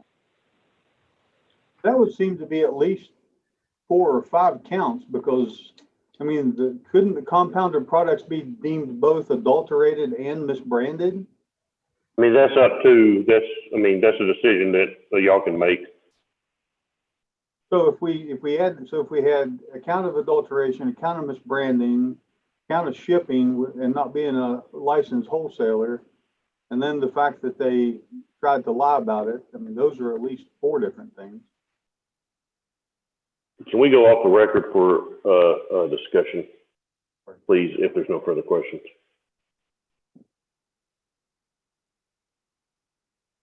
All right, are we going off the record to deliberate or?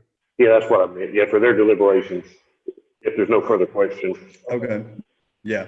Yeah, I mean, I was just letting y'all ask all the questions that you might ask of your counsel, so y'all had all the information you needed to deliberate. But if y'all don't think you have enough information, then by all means, you know, ask Mr. Daniel. But if y'all think y'all are ready, you can deliberate. Any more questions? Okay, I guess we'll go off the record, Mr. Jones. Okay. Thank you, sir. Okay, well, what is everyone's thinking? I think where Dr. Richmond is headed is correct. It's not just one simple little mail something that they didn't think about. I am in agreement with that. And it would Thanks, seem, Dr. Richmond, for bringing that up. Go ahead. it would seem that if we're looking at it that way, that we've got 1, 2, 3, 4, 5, 6, 7, 8 different, those would be each adulterated and or misbranded. Mm-hmm. So not just lumping them all together, but each individual product. So Dr. Mitchell? I don't necessarily think we should go back on the record and ask counsel this, but my thinking is that if we were going to amend the statement of charges, they would need a new order and notice of hearing from a procedural standpoint. But I also, just because I don't want to be overly punitive, and I feel like there's so much, we still have so many questions, that I would maybe be in favor of revising the order and notice of hearings with these potential added charges that or added allegations and charges that Dr. Richmond is discussing and giving them an opportunity to then another opportunity to come in front of the board, but potentially suspending their permit in the interim is kind of what I'm thinking. Can we go back on the record for a minute? Yeah, I was fixing to ask that. Mr. Jones? Yes, we're back on the record. The board has a question for council. And as to what Dr. Mitchell said, the statute says up to $1,000 per violation. Like, I mean, the violations are already, it doesn't have to say like charge 1 through 200, charge 200 through whatever. I mean, if you want to say that, each of those products, that shipment is in the record. So if you want to go back and say that each one, and where's it at? I'm looking over at Exhibit 5. If you want to go back and say, there's 2 bottles of this, 4 bottles of this, 9 bottles of this, et cetera, et cetera. If you want to go back in there and say each of one of those is a violation, you have that right. It doesn't have to, the charges don't have to reflect every single violation. The violations, when it says on the charges, as described through 1 through 8, they didn't do this. As described through 1 through 8, they're guilty of fraud, deceit, or misrepresentation. And those 1 through 8, included in there are each of those each product that was shipped. So you could actually go through and do, from a legal standpoint, you could go back through there and do what Dr. Richmond's asking without going back through and amending everything. But that's, like I said, that's just an option that you have. You don't have to do that. Thank you very much. And we can go back off the record if that clears up what Dr. Mitchell. Okay, any other questions before we go back off the record? Okay, Mr. Jones, we'd like to go back off the record, please, sir. Okay, we are off the record in this case for the board's deliberation. So Dr. Mitchell, they could have their opportunity when they want to appeal it. So I think if they didn't show up today, we do what we think we need to do today, and then they can deal with. But this is formal, so from here they would appeal to circuit court. Right, that's their prerogative, right? Right. Okay. So were you saying suspend it, or are you saying revoke it? I was thinking we could potentially give them another opportunity to appear, but I could, so suspend it, and then maybe that would sort of prompt them that they need to appear and answer these questions. But I'm not like really stuck on that, so I could be convinced to do something different if it was just an idea. Okay, Dr. Kraus? They Dr. don't have a current license to ship into the state, do they? Mm-hmm. I'm sorry, I missed that. Okay, Dr. Jolly? I was just going to say, I have concerns based on their lack of willingness to work with our board staff about them even being licensed to ship into the state. I agree. Mm-hmm. And so I would not be opposed to revocation of their wholesaler permit.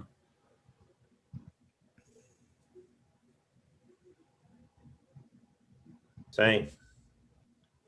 So are you making that in the form of a motion, Dr. Jolly? And Dr. Kraus, is that a second from you? Well, I think before I could make a motion back on the record, I'd have to understand what other board members will do around fines and whether they agree with the revocation. Mm-hmm. It sounds like we were going to, and Dr. Richmond, correct me if I'm wrong, we were going to impose $1,000 for 8 violations, so up to 8,000, but I may have misunderstood. So there were 8 drugs, but then there was the issue of the shipping, so that would be 9. And if we counted lying or misrepresenting to the board, that would be another, so that's 10. Of course, it sounds like that in reality, we could find them whatever we want, and they're probably not going to respond because we don't have any subpoena power in Alabama. So unless we somehow turn, I mean, has this become an FDA issue at a federal level as far as shipping compounded drug? I mean, does the FDA have any purview at all over a wholesaler? I don't know if I can answer that or not, but it would be on the record. I mean, it would go to the national database. So it'll be there for other pharmacy boards to see this information. Then if they Yeah. don't pay their fine, would we end up have to bring them back to revoke, or I don't know how that works either. We have to go back. Well, let me get Dr. Kraus first, and then we'll go back on the record for Mr. Daniel. Okay, Dr. Kraus. So we understand, thank you. So we understand that there's about 30 of these would-be prescriptions, or there's more than 30 of these would-be prescriptions that were in the pharmacy. So she said totes. I don't know how many is in a tote. But would this be for each individual piece of product, or are we looking at this as a conglomerate as a whole? What I understood Cindy to say was that there were 30 with Savextro and 30 with Moxitag and 60 with Clarithro, that there was a total of about 200 products. Mm-hmm. So in the fine, Madam President, so the fine for each one of those individually is $1,000, right? It could be. I mean, for each one of those, that's $200,000.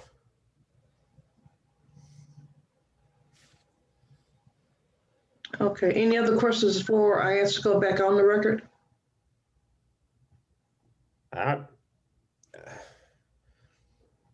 mean, I don't know how hard we want to throw the book at these people, but they've got to stop doing what they're doing, and it needs to be sent in a firm message that this shouldn't be repeated. Mm-hmm. Now, one thing our council said at first was they did get licensed after they did this thing.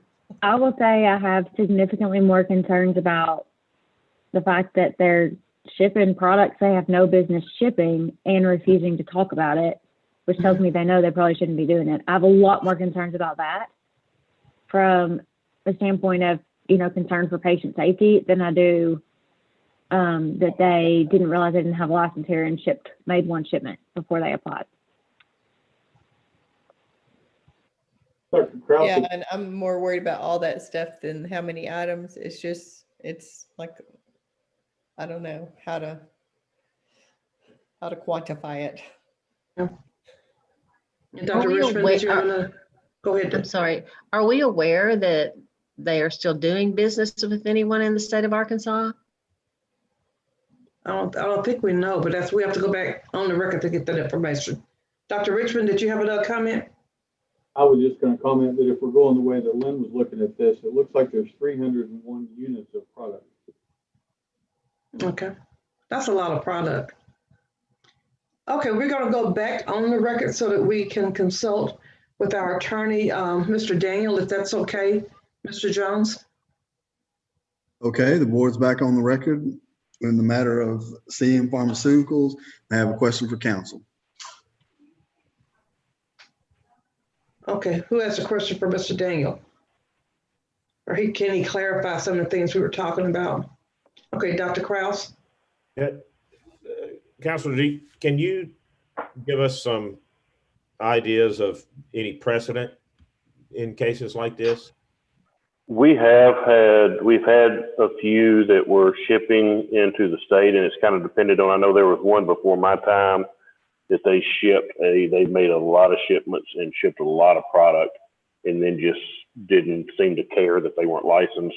And the board made a very good example out of them in a fine. It was in 6 figures, if I'm correct. And Dr. McCready can correct me if I'm wrong, but I believe it was a 6-figure fine. We've also had other issues where, somebody, they're licensed in a bunch of states and they, accidentally send a shipment to Arkansas. It happens. Those were usually very small fines and non-disciplinary. I know that the issue here is not only the shipment itself, but the amount of product that was shipped, and also, the concern that Dr. Mitchell stated about, they shouldn't be shipping this to begin with, even if they were licensed. They're shipping a compounded product into Arkansas for resale. So that's an issue. And then what appears to be being a little shady in their response to Dr. Fain about, I think the statement was he wasn't even sure who compounded it. So you have all of those issues. The problem with when you get into the large fines, sometimes a problem is that we never get it. If that happens for our books, since we're a state agency, our books have to be to the penny. So, and we've had this issue in the past where we've issued a large fine.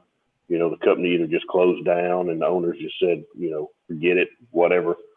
We have to go back. The two options we have are to go through the court system.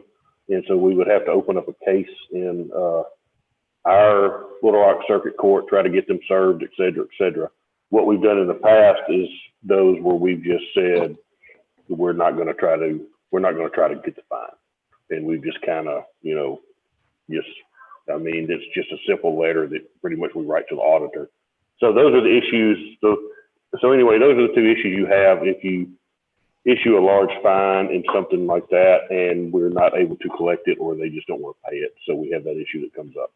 If you're looking more towards revocation, I would almost ask you, if you're going to revoke, to not also combine it with a large fine, because more than likely, if we revoke the license, there's a decent chance that we're never going to see $1. And so it's just easier but like I said, that's y'all's prerogative. But if you do make the decision that you want to revoke the license, that's going to be something permanent that will be put in the national database and will be sent to, every state will be notified. And I believe it was Dr. Richmond, John, correct me if I'm wrong, somebody mentioned something about the FDA. We've got contacts. We can always, send them an order and see if it's something. I don't know if it's, depending on how large based it is, I don't know if the FDA would get involved or not, but, that's their decision. Okay, Dr. Kraus, then Dr. Mack. So if we choose to revoke, then would the reasons for the revocation be listed, or would it just be revoked? You can do whatever. You can, it'll say when I send the order, like it literally will state, if you find the allegations true, then all those allegations are going to be listed in there. If you find the charges proven, all those charges are going to be listed in there. So it's pretty much, it mirrors the allegations and the charges. The ones that are found true and the ones that are proven. So yes, what's in the order notice of hearing would be listed. And if you want other reasons listed, you can always, state those and they can go into the order itself. But all the allegations that are found and all the charges that are proven always go into it's called a facts, or finding of facts, conclusions, and order. So one is sent on every hearing that we have, regardless of the outcome. Okay, thank you. Dr. Mack? Dr. Kraus, you were not finished? No, I just said thank you. Oh, okay. Dr. Mack?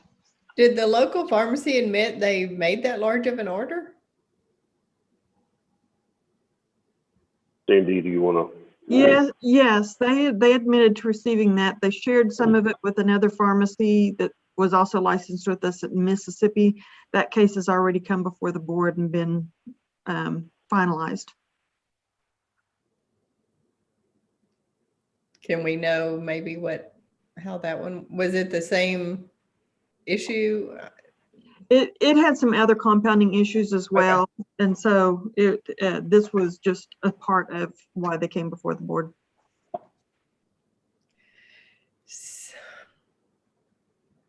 Any other? Okay, Dr. Jolly. Luke, can we administer a fine with disciplinary, and then if they don't pay their fine within a certain time period, come back and make a decision to revoke? I would make it part of the ruling and give them a certain date. I don't know that we're going to gain anything by setting them for another appearance. It's more likely they're not going to show up, and it'll just add, more to the board. But yes, you could say, or you could say it's suspended until they make payment. Or you could say that, yeah, I mean, you give them 6 months to make payment, or the permit will be void after that. I mean, you could make any of that. I would just ask that you just go ahead and make the decision in full instead of saying if they don't pay, they have to come back, because the odds of, I mean, like I said, they're not here today. The odds of them appearing again are probably slim to none. But yes, you can make any of that. I would just ask that it be specific to either suspend until they make payment, or they have to make payment by a certain date, or the permit is void.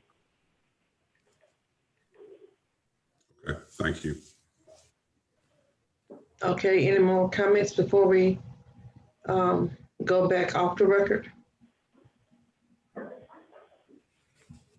Okay, if not, Mr. Jones, we would like to go back off the record. All right, the board has asked questions of council and they'll be off the record to deliberate. Wait a minute, we got one more question. No, after we get off, I want to talk. Oh, After we get off okay. the record. Okay, all right. You were early. Okay, so we're off the record. So now, Dr. Mack. I think we ought to think about, I'm totally for all of this as well, but let's think about, they possibly made one mistake and they're not owning up to it.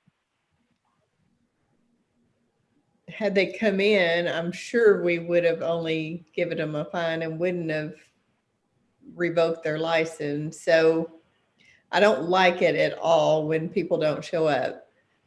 But do we want to consider what we might fine them for the issue and for not showing up, and do something like Dr. Jolly put at the end, if they don't pay, they're revoked, or something like that. I mean, if it turned out to be one mistake that he was wrong because somebody shipped it and he didn't know it, I don't know. I mean, I do think it's disciplinary because they didn't even work with the board, but I just want us to think about all those options as we're deliberating here.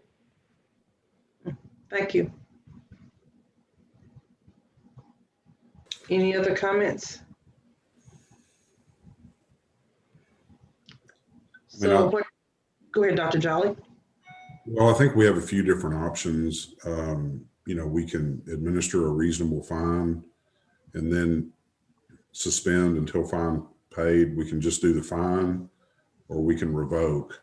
I think if we revoke, we're most likely not going to get anything. any fine paid. So I think those are at least three options we could consider. And I think any of those options,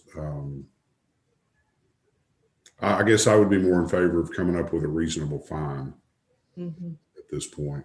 So.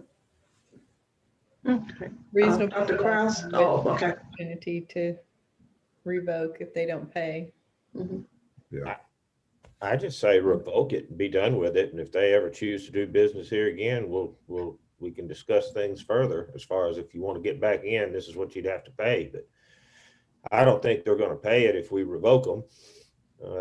I don't know how we could necessarily go into Alabama very much. I mean, without costing ourselves more than it'd probably be worth. I just think we ought to revoke their license. And, I assume that would be a disciplinary procedure that would show up elsewhere on them. And that would be kind of the gift that keeps on giving. Yeah, that's a way to look at it.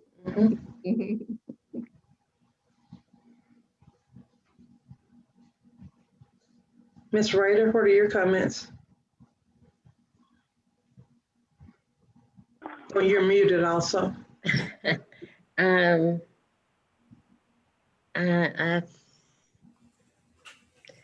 Based on everything that I've heard, whether or not if it's a hefty fine, they're probably not going to pay it. So if you suspend them, fine and suspend until they pay it, and they're not going to pay it. So I think I have to agree with Dr. Krause that we just revoke it. And then if they decide they want to do business in Arkansas, they'll come and talk to us. I could go with that. Okay. Dr. Richmond, I have no additional comment. no additional? Okay, Dr. Mitchell? Okay, does someone want to do a motion for us on that? I'll make the motion to. Okay, well, let me just, we need to go back on record then. Yeah, right. Okay. All right, Mr. Jones, we're ready to go back on record, please. Okay, it sounds like the board has reached a decision. They're ready for motion. We are back on the record in the case of CM Pharmaceutical. Y'all can make your motion. So in the matter of CM Pharmaceuticals, permit number WD 05299, case number 2020-042, allegations 1 through 8 have been shown to be true. Charges 1 through 4 proven. Make a motion that we administer disciplinary action and revoke their wholesaler permit. Second. Okay, I have a motion and a second. Any further discussion? Those in favor of the motion signify by saying aye. Aye. Aye. Any nays? The motion passes. Was that Dr. Kraus on the second or Dr. Richmond? Me. Yeah, Dr. Kraus. Thank you. Okay, let the record reflect that the decision is unanimous and it'll be reduced to writing and service will be made or attempted upon CM Pharmaceuticals and Mr. Gaffney. But if there are no other questions, then we'll consider this matter closed. We've got three. We've got three more that aren't here, and they're all technicians, so we can probably get these done fairly quickly. If the board, Dr. Newsom, if y'all want to go ahead and go through these unless anybody needs a break. Okay, does anyone need a break? Okay, we're good to go. The next one is Ashley Allen. All right, this is an administrative hearing before the Arkansas State Board of Pharmacy. It's Wednesday, April 28th, 2021. Time is 5 minutes after 3 p.m. We're at 322 South Main Street, Suite 600 in Little Rock, Arkansas. This case concerns Ashley Allen, and it is case number 2021-028. And the hall has been sounded, and Miss Allen is not here in the room. So, Mr. Daniel, I'll let you proceed with your case. At this time, would ask that you take judicial notice on pharmacy board statutes and Arkansas statutory law. It will move to enter exhibits 1 through 6 into the record. All right, notice will be taken and those exhibits will be introduced for the record. Would ask that Deputy Director Brenda McCready be sworn. Do you solemnly swear or affirm that the testimony you're about to give today will be the truth, the whole truth, and nothing but the truth? Dr. McCready, we'll go through, look over at the order notice of hearing. We're looking at the last page, next to the last page, does have the meeting time at 1 o'clock today, April 28th of 2021 via Zoom. Is that correct? Yes, it is. And looking at Exhibit 2, which is the proof of service, does show that this was mailed to her address of record through certified mail and standard mail. Yes, it does. It was also mailed at the time of this, she was also an inmate at the Faulkner County Detention Center. It was mailed to her as legal mail at that address. Is that correct? Yes. And State's Exhibit 4 is the address that she provided the board, and that's the same address where this order was mailed. Yes. Looking at back to Exhibit 1 again, she has, going back, who are we? Okay. I was just hearing an echo again. She has criminal history going back to 01, theft of property, criminal trespass, a DWI, all the way through 04, failed to comply, failed to pays, contempt, has numerous criminal history going back. Is that correct?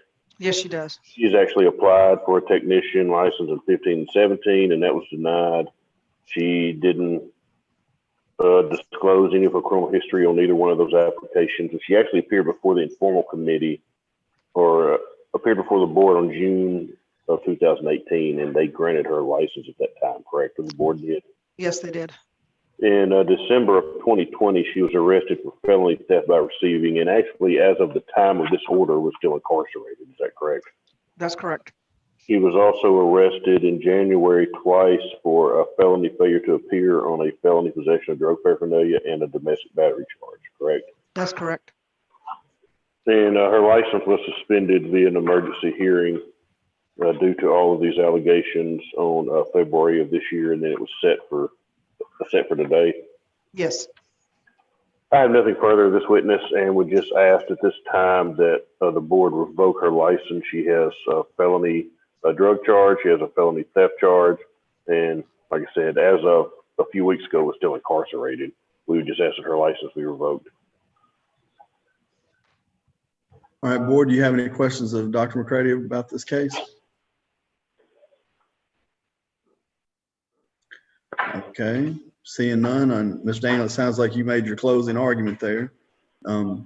Is there anything else to be offered for the record before the board begins deliberations? No, sir. All right, board, if y'all think y'all heard enough, you can deliberate now. Thank you, sir. Okay, we're off.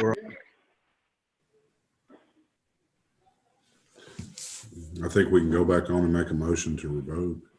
Okay. Is everyone in agreement with that? Okay. We All right, gave her Mr. the opportunity in 2018.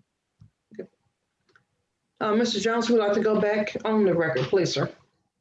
Okay, we are back on the record and in the matter of Miss Ashley Allen, case number 21-028. I believe the board has a motion. I would like to entertain a motion, please. I can make it, Dr. Newsom. Yes, sir, go ahead, Dr. Jolly. In the matter of Ashley Allen Stamen, pharmacy technician, permit PT 08170, case number 2021-028, allegations 1 through 19 have been shown to be true. Charges 1 through 4 are proven. Make a motion that we revoke this technician's permit. I'll second. Okay, have a motion and a second. Any further discussion? All those in favor signify by saying aye. Aye. The motion, any nays? The motion passes. Okay, Mr. Daniel. Okay, let the record reflect the decision is unanimous and it'll be reduced to writing and service will be made or attempted upon Ms. Allen. And if there are no other questions, then this hearing will be concluded and the record will be closed. Thank you, sir. Our next one is Lindsay, I guess it's Fathery, I'm not sure how you say that, but Fatheree, PT 10253, case number 2120. Okay, this is an administrative hearing before the Arkansas State Board of Pharmacy. It's Wednesday, April 28th, 2:21, and it is about 10 minutes after 3 p.m. We're at 322 South Main Street, Suite 600 in Little Rock, Arkansas. And this is case number 21-020 in the matter of Lindsay Fathery. The hall has been sounded and Ms. Fathery is not in the room, doesn't appear, is not here today. So, Mr. Daniel, you can proceed with your case. Thank you. Would move to, or would ask you to take judicial notice, Arkansas statutory law and pharmacy board regulations. Would move to exhibit or enter exhibits 1 through 5 at this time. All right, notice will be taken and those exhibits will be introduced for the record. Would ask that Deputy Director Brendan McCready be sworn in, please. Do you solemnly swear or affirm that the testimony you're about to give today will be the truth, the whole truth, and nothing but the truth? I do. Thank you. Dr. McCready, we'll look over at Exhibit 1, which is the order notice of hearing. It has today's date, which is April 28th at 1 p.m. Via Zoom. Is that correct? Yes, it is. And and looking at State's Exhibit 2, which is the proof of order, this shows that it was mailed via certified mail to the address on record to the board and via standard mail. Is that correct? That's correct. And we got a notice back from the post office saying that there was another possible address, so we also mailed it via standard mail and certified mail to that second address. Yes, we did. And Exhibit 4 is her address on record with the board, and that is the original address where the board mailed this notice. That's correct. Okay, looking at the order notice of hearing again, back on the first page of it.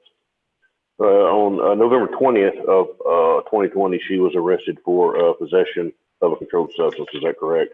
Yes, she was. And I'm looking at now, flipping over to Exhibit 5, which is the police report in this matter. This is Clark County Sheriff's Office, which is out of Arkadelphia. This was a traffic stop. The occupants, there were 3 occupants in a vehicle. They were smoking marijuana, and there was marijuana found in the vehicle. Is that correct? That's correct. And so everybody in the vehicle was charged. Yes. And this was suspended. Her license was suspended on, I'm looking at Exhibit 3 in February of this year, and then she was given notice to be here today. Is that correct? Yes, it is. I have nothing further of this witness, and board members would just ask to revoke this permit based on the fact that she has a pending drug charge and that she has made no attempt to be here today or had any attempt to the board to resolve this matter. All right, board members, do you have any questions of Dr. McCready?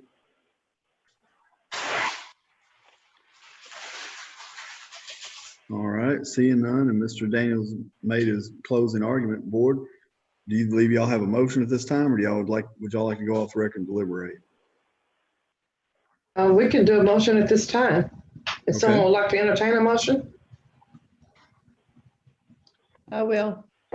Thank you, Dr. Mack. So in the matter of Lindsay Taylor Fothery, PT 10253, allegations 1 and 2 are true and charges 1 through 4 are proven. I would suggest revoking this permit at this time. Second. And I've got a second on that motion by Dr. Kraus. All in favor of the motion signify by saying aye. Aye. Aye. Any nays? The motion passes. All right, let the record reflect the decision is unanimous and it'll be reduced to writing and service will be made or attempted upon the respondent. If there are no other questions or comments, then this hearing is concluded and the record is closed. Thank you. Next, we have Pamela Hahn, technician 05873, case number 2021.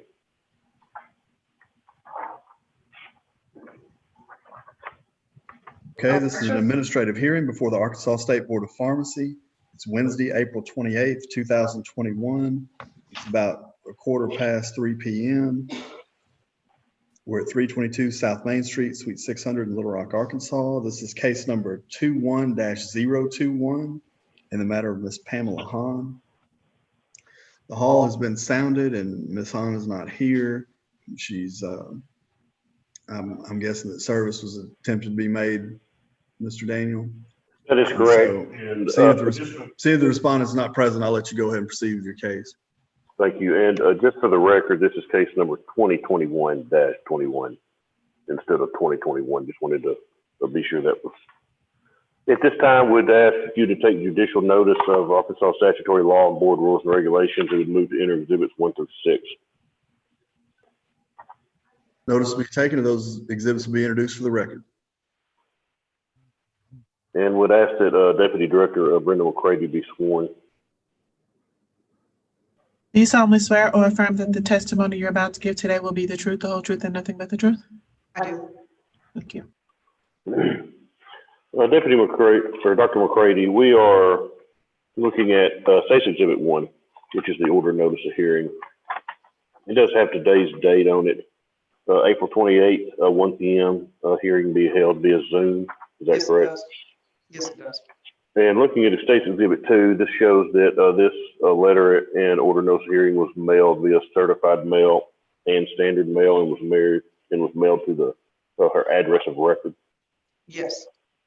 And looking over at State's Exhibit 4, which is her address of record with the board, this is the same address where these letters were mailed, certified and standard. Yes, it is. And she was actually suspended. Her pharmacy technician license was suspended on February 11th based on these allegations, and then she was set today. Yes, it was. Okay, and I'm looking at the order notice hearing again. This was Springdale Police Department. This was on November of 2020. They responded to a disturbance call at her residence. And actually, while they were there, they saw cocaine just in plain sight in the residence, correct? That and multiple other drugs. Okay, and they did, after they saw the cocaine in plain sight, they obtained a search warrant. And actually found cocaine, marijuana, LSD, hallucinogenic mushrooms, amphetamines, and firearms. They did. Okay, and she was charged with numerous felonies, possession of drugs and firearms, possession of a Schedule 1 controlled substance, which is the mushrooms, possession of a Schedule 2 for cocaine, possession of Schedule 6 for marijuana, possession of Schedule 1 for LSD, possession of Schedule 2 with purpose to deliver for the amphetamines, and 2 counts of drug paraphernalia, correct? That's correct. And the LSD was actually found in her wallet that was located in the bedroom where she said she was staying. That's correct. I have nothing further and would just ask that the board revoke based on being in possession of numerous illegal narcotics, most of them Schedule 1 and Schedule 2, and the fact that she's not here today, just ask that her PT license be revoked. All right, board members, do you have any questions of Dr. McCready concerning this case? Okay, seeing none. Ms. Daniel, it sounds like you don't have any more witnesses and you made your closing argument to the board. Board, you can either go off the record and deliberate, or you can make a motion. I would like to entertain a motion. I can make it. In the matter of Pamela Cheryl Hahn, PT 05873, allegation 1 through 4 are true, and charges 1 through 4 have been proven. So I would say revoke her technician permit. Second. I have a motion and a second. Any further discussion? All in favor of the motion signify by saying aye. Aye. Aye. Any nays? The motion passes. Okay, let the record reflect the decision is unanimous and it'll be reduced to writing and service will be made or attempted upon the respondent. If there are no other questions or comments, then this hearing will be concluded and the record will be closed. And I have one more matter to address real quick, but it's not a hearing. So Mr. Jones, as always, thank you for coming over, and I thank you for being our hearing officer. Ms. Harrison, always good to have you with us. Thank you for what you do. And like I said, we are done for the day hearing wise. So the two of y'all, if you want to get off, feel free to. Again, thank both of you for being here today. Board members, I have a real quick emergency hearing that I would like to discuss. This is Kendra Henderson, aka Kendra Miller, PT 94477. We received, this was back, I guess, last week. We received a message from a Walgreens that this employee had diverted hydrocodone and promethazine with codeine. Still waiting on the full report from Walgreens and also waiting for a copy of the police report that has not been submitted yet, but they did state, however, that she was the one who diverted it. We have asked her and mailed her and asked her to surrender pending further investigation or pending her coming from the board. We have not heard any response from her. we would just ask at this time that her license be suspended pending a full hearing so the matter can be fully litigated at that time. We just don't want to leave her in the pharmacy for the time being with with the diversion. I would make a motion Okay. that we do that.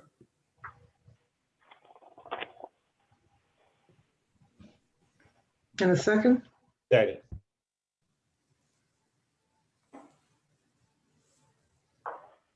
Okay, my screen is freezing. We can still Did I hear get you. a second? I did, Dr. Kraus. Okay, but y'all are all frozen to me. Yeah.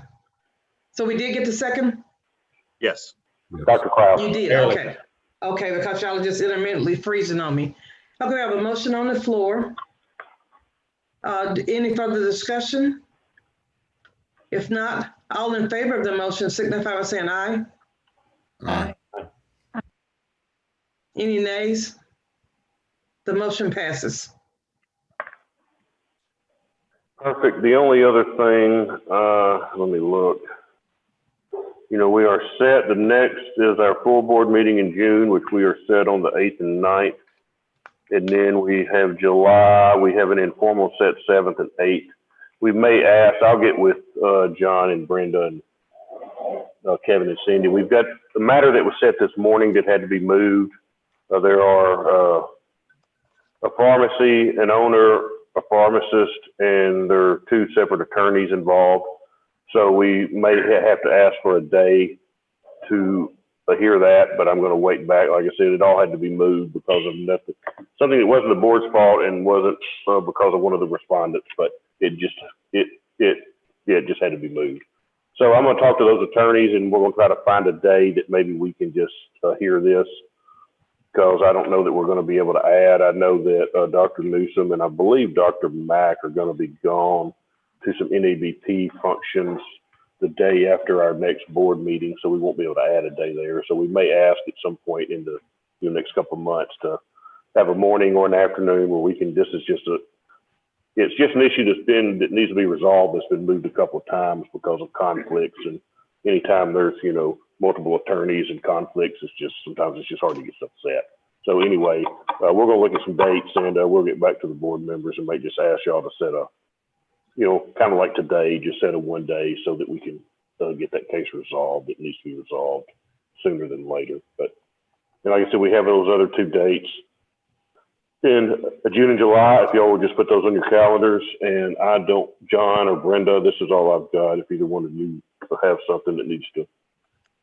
I had one quick question for the board members. Dr. McCready has been doing all of our CE audit stuff, and I think that pretty much everyone has responded, and I think that most have even fulfilled the consent agreements that were offered out due to the board's guidance to the staff.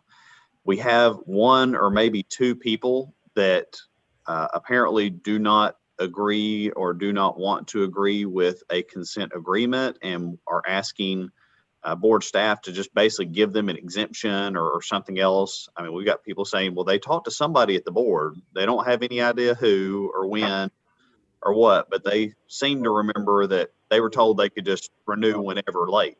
I mean, you can renew late, but you still have to have your CE. So we've got a couple, and I'm trying to explain to people that's not something that the board can just say, oh, well, you have given me an explanation, so we're just going to waive all this and act like it didn't happen. Board staff doesn't do that. So do you guys just want to put us to postpone their due date and put them in for an informal in the future, or what? Will it be enough space to take them into July? Are those 2 days full? No, we have plenty of room in July, and I know last year we just sent them orders and they had a formal hearing, and that was the end of it. So I don't know if that's but I don't know that we're going to have room to do that in June. So we can probably fit them in July, or we could fit them in on the second day with this other long hearing. I don't care. I mean, I don't know that it matters, but I think if they have a formal hearing and just get it said and over with, because if they don't like the response to an informal, we're going to have to hear them twice.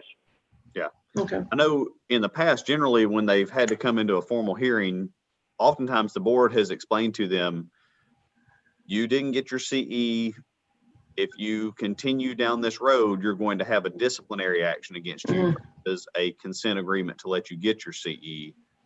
So, sometime, I mean, conversation we can have either way. All the other pharmacists had to do it. We can't just not let those two. Right. Yeah, it gets fascinating. People have arguments over, well, I was ill for this amount of time. I've had people asking for COVID exemptions for the 2019, 2020, or 2018, 2019 timeframe because we were auditing them in 2020. And I'm going, there was no COVID in 2018 or 2019. Right. We've had other people come in front of the board and say, well, due to COVID, I just knew that I wouldn't get extra hours next year. You'll recall that. And we're like, there was no COVID at that time to know what's going to happen in the future. So, I mean, I feel for these people and I hate it, but we're putting forth exactly what you guys have instructed us to do and explain to people, no, I don't just say, oh, you're exempt. I don't do that. Right. So, yeah. I just say we set them and we can resolve it then, and they'll have an answer. And if they like it, or if they don't like it, that'll either way. Yeah. I think it may only be one or two. We can put them down for July, and it shouldn't take 20 minutes. Right. Yeah. Let's go ahead and schedule them again and get that taken care of. Yeah. Did anyone else have any comments? Thank you for your time this afternoon, Dr. Krause. Yeah, I just was wondering real quick if Luke, if you could repeat those dates in June. I'm slow here. I'm yeah, sorry. let me pull up. I got it right here. I've got the board meeting is June 8th and 9th. The board meeting itself on the 8th, hearings on the 9th, and then that backs up to the APA conference on the 10th and 11th. And then also, everybody don't forget May. John, you can correct me on the dates. 13th and 14th. Yep. NABP. Yeah. NABP with Lenora and Debbie both running for spots there. So Lenora's already on the executive committee, but she's running for a higher position. And Debbie is running for Lenora's spot. So it would be a pretty awesome thing to have two of our board members on the NABP committee. So y'all don't forget about that. And did I get those dates right, John? 13th and 14th? Yep. Those are the dates. Yeah, and if you haven't registered and you want to register, you can let us know, and we can get you registered for that. I know some of you have already registered, and then those other dates were July 7th and 8th, and that's an informal. So, like I said, anywhere, at least 4, but I mean, there's no max. So just whoever wants to participate in that, if y'all just put that on your calendar, and when it gets closer, we'll get a for sure head count there. And that's July 7th and 8th. That is July 7th and 8th. Oh, and we have set the June board meeting for in person. So I know that's what y'all talked about in February. So like I said, if something I see, Becca clapping her hands. But I mean, if something comes up, I mean, if somebody needs to zoom in for whatever reasons, we don't want somebody to put themselves at risk or, do whatever. So we can always work around it. And we're also still going to have reciprocity is still going to be virtual. Yeah. So, I mean, we're not going to ask, 100 people to, fly. I mean, a lot of people can't. Some states still have restrictions. We may have one or two hearings in June and July that are still having to be virtual because of, where people are. So, I mean, with that being said, but the meeting itself is going to be in person. The hearings are going to be set in person on the 9th. And also we are setting those July informals in person. I mean, of course, we will give somebody the option. Like I said, we won't. I mean, a board member or somebody that's going to show up to, put themselves at risk if they don't, if they don't need to. So we're going to give the people the option. I mean, if they have a medical reason, but as far as right now, unless something changes, the June and July meetings will be here at the board's offices. So that's June 8th and 9th. That's board meetings. 13th and 14th is NABP. Yes. 13th and 14th of May. 13th and 14th of May. That makes a big difference there. Is NABP. Yes. Sorry, I did it backwards, but yes. And then July is 7th and 8th. 7th and 8th. All right. And then we haven't set those other two dates that we were talking about earlier for those. No, I need to talk to and see and try to get around maybe a week around where, since there's two other law firms involved, I want to try to get some dates that might work for them before I talk to the board members, because a lot of times, I mean, they have stuff planned out months and months ahead of time for hearings or what have you. So maybe we can get it narrowed down to 2 or 3 dates, and then I'll give them to the board and see if y'all can see if any of those dates are good. So the meeting in June is in Little Rock? Yes, here at the board's offices in Little Rock. And like I said, I mean, if something happens, I mean, of course, we don't want anybody to travel if there's a medical concern, but I just wonder, John, do you know if Lana paid for the people that have said they're gonna go to NAVP, just so we don't miss out on the date or anything? Yeah, we've already paid. Thank you. Does anyone else have any other comments? And again, thank you for letting us borrow your afternoon. It was a good meeting and everything went well. Yeah, Dr. Mitchell, did you have a comment where you said? Yeah. Okay, no. All right. All right. I need a See meeting. you guys next time. Adjourn. Lynn, you got that? Becca? All right. And y'all are still freezing on me, so I don't know. There you go. Good to see everybody. Y'all have a good day. You guys.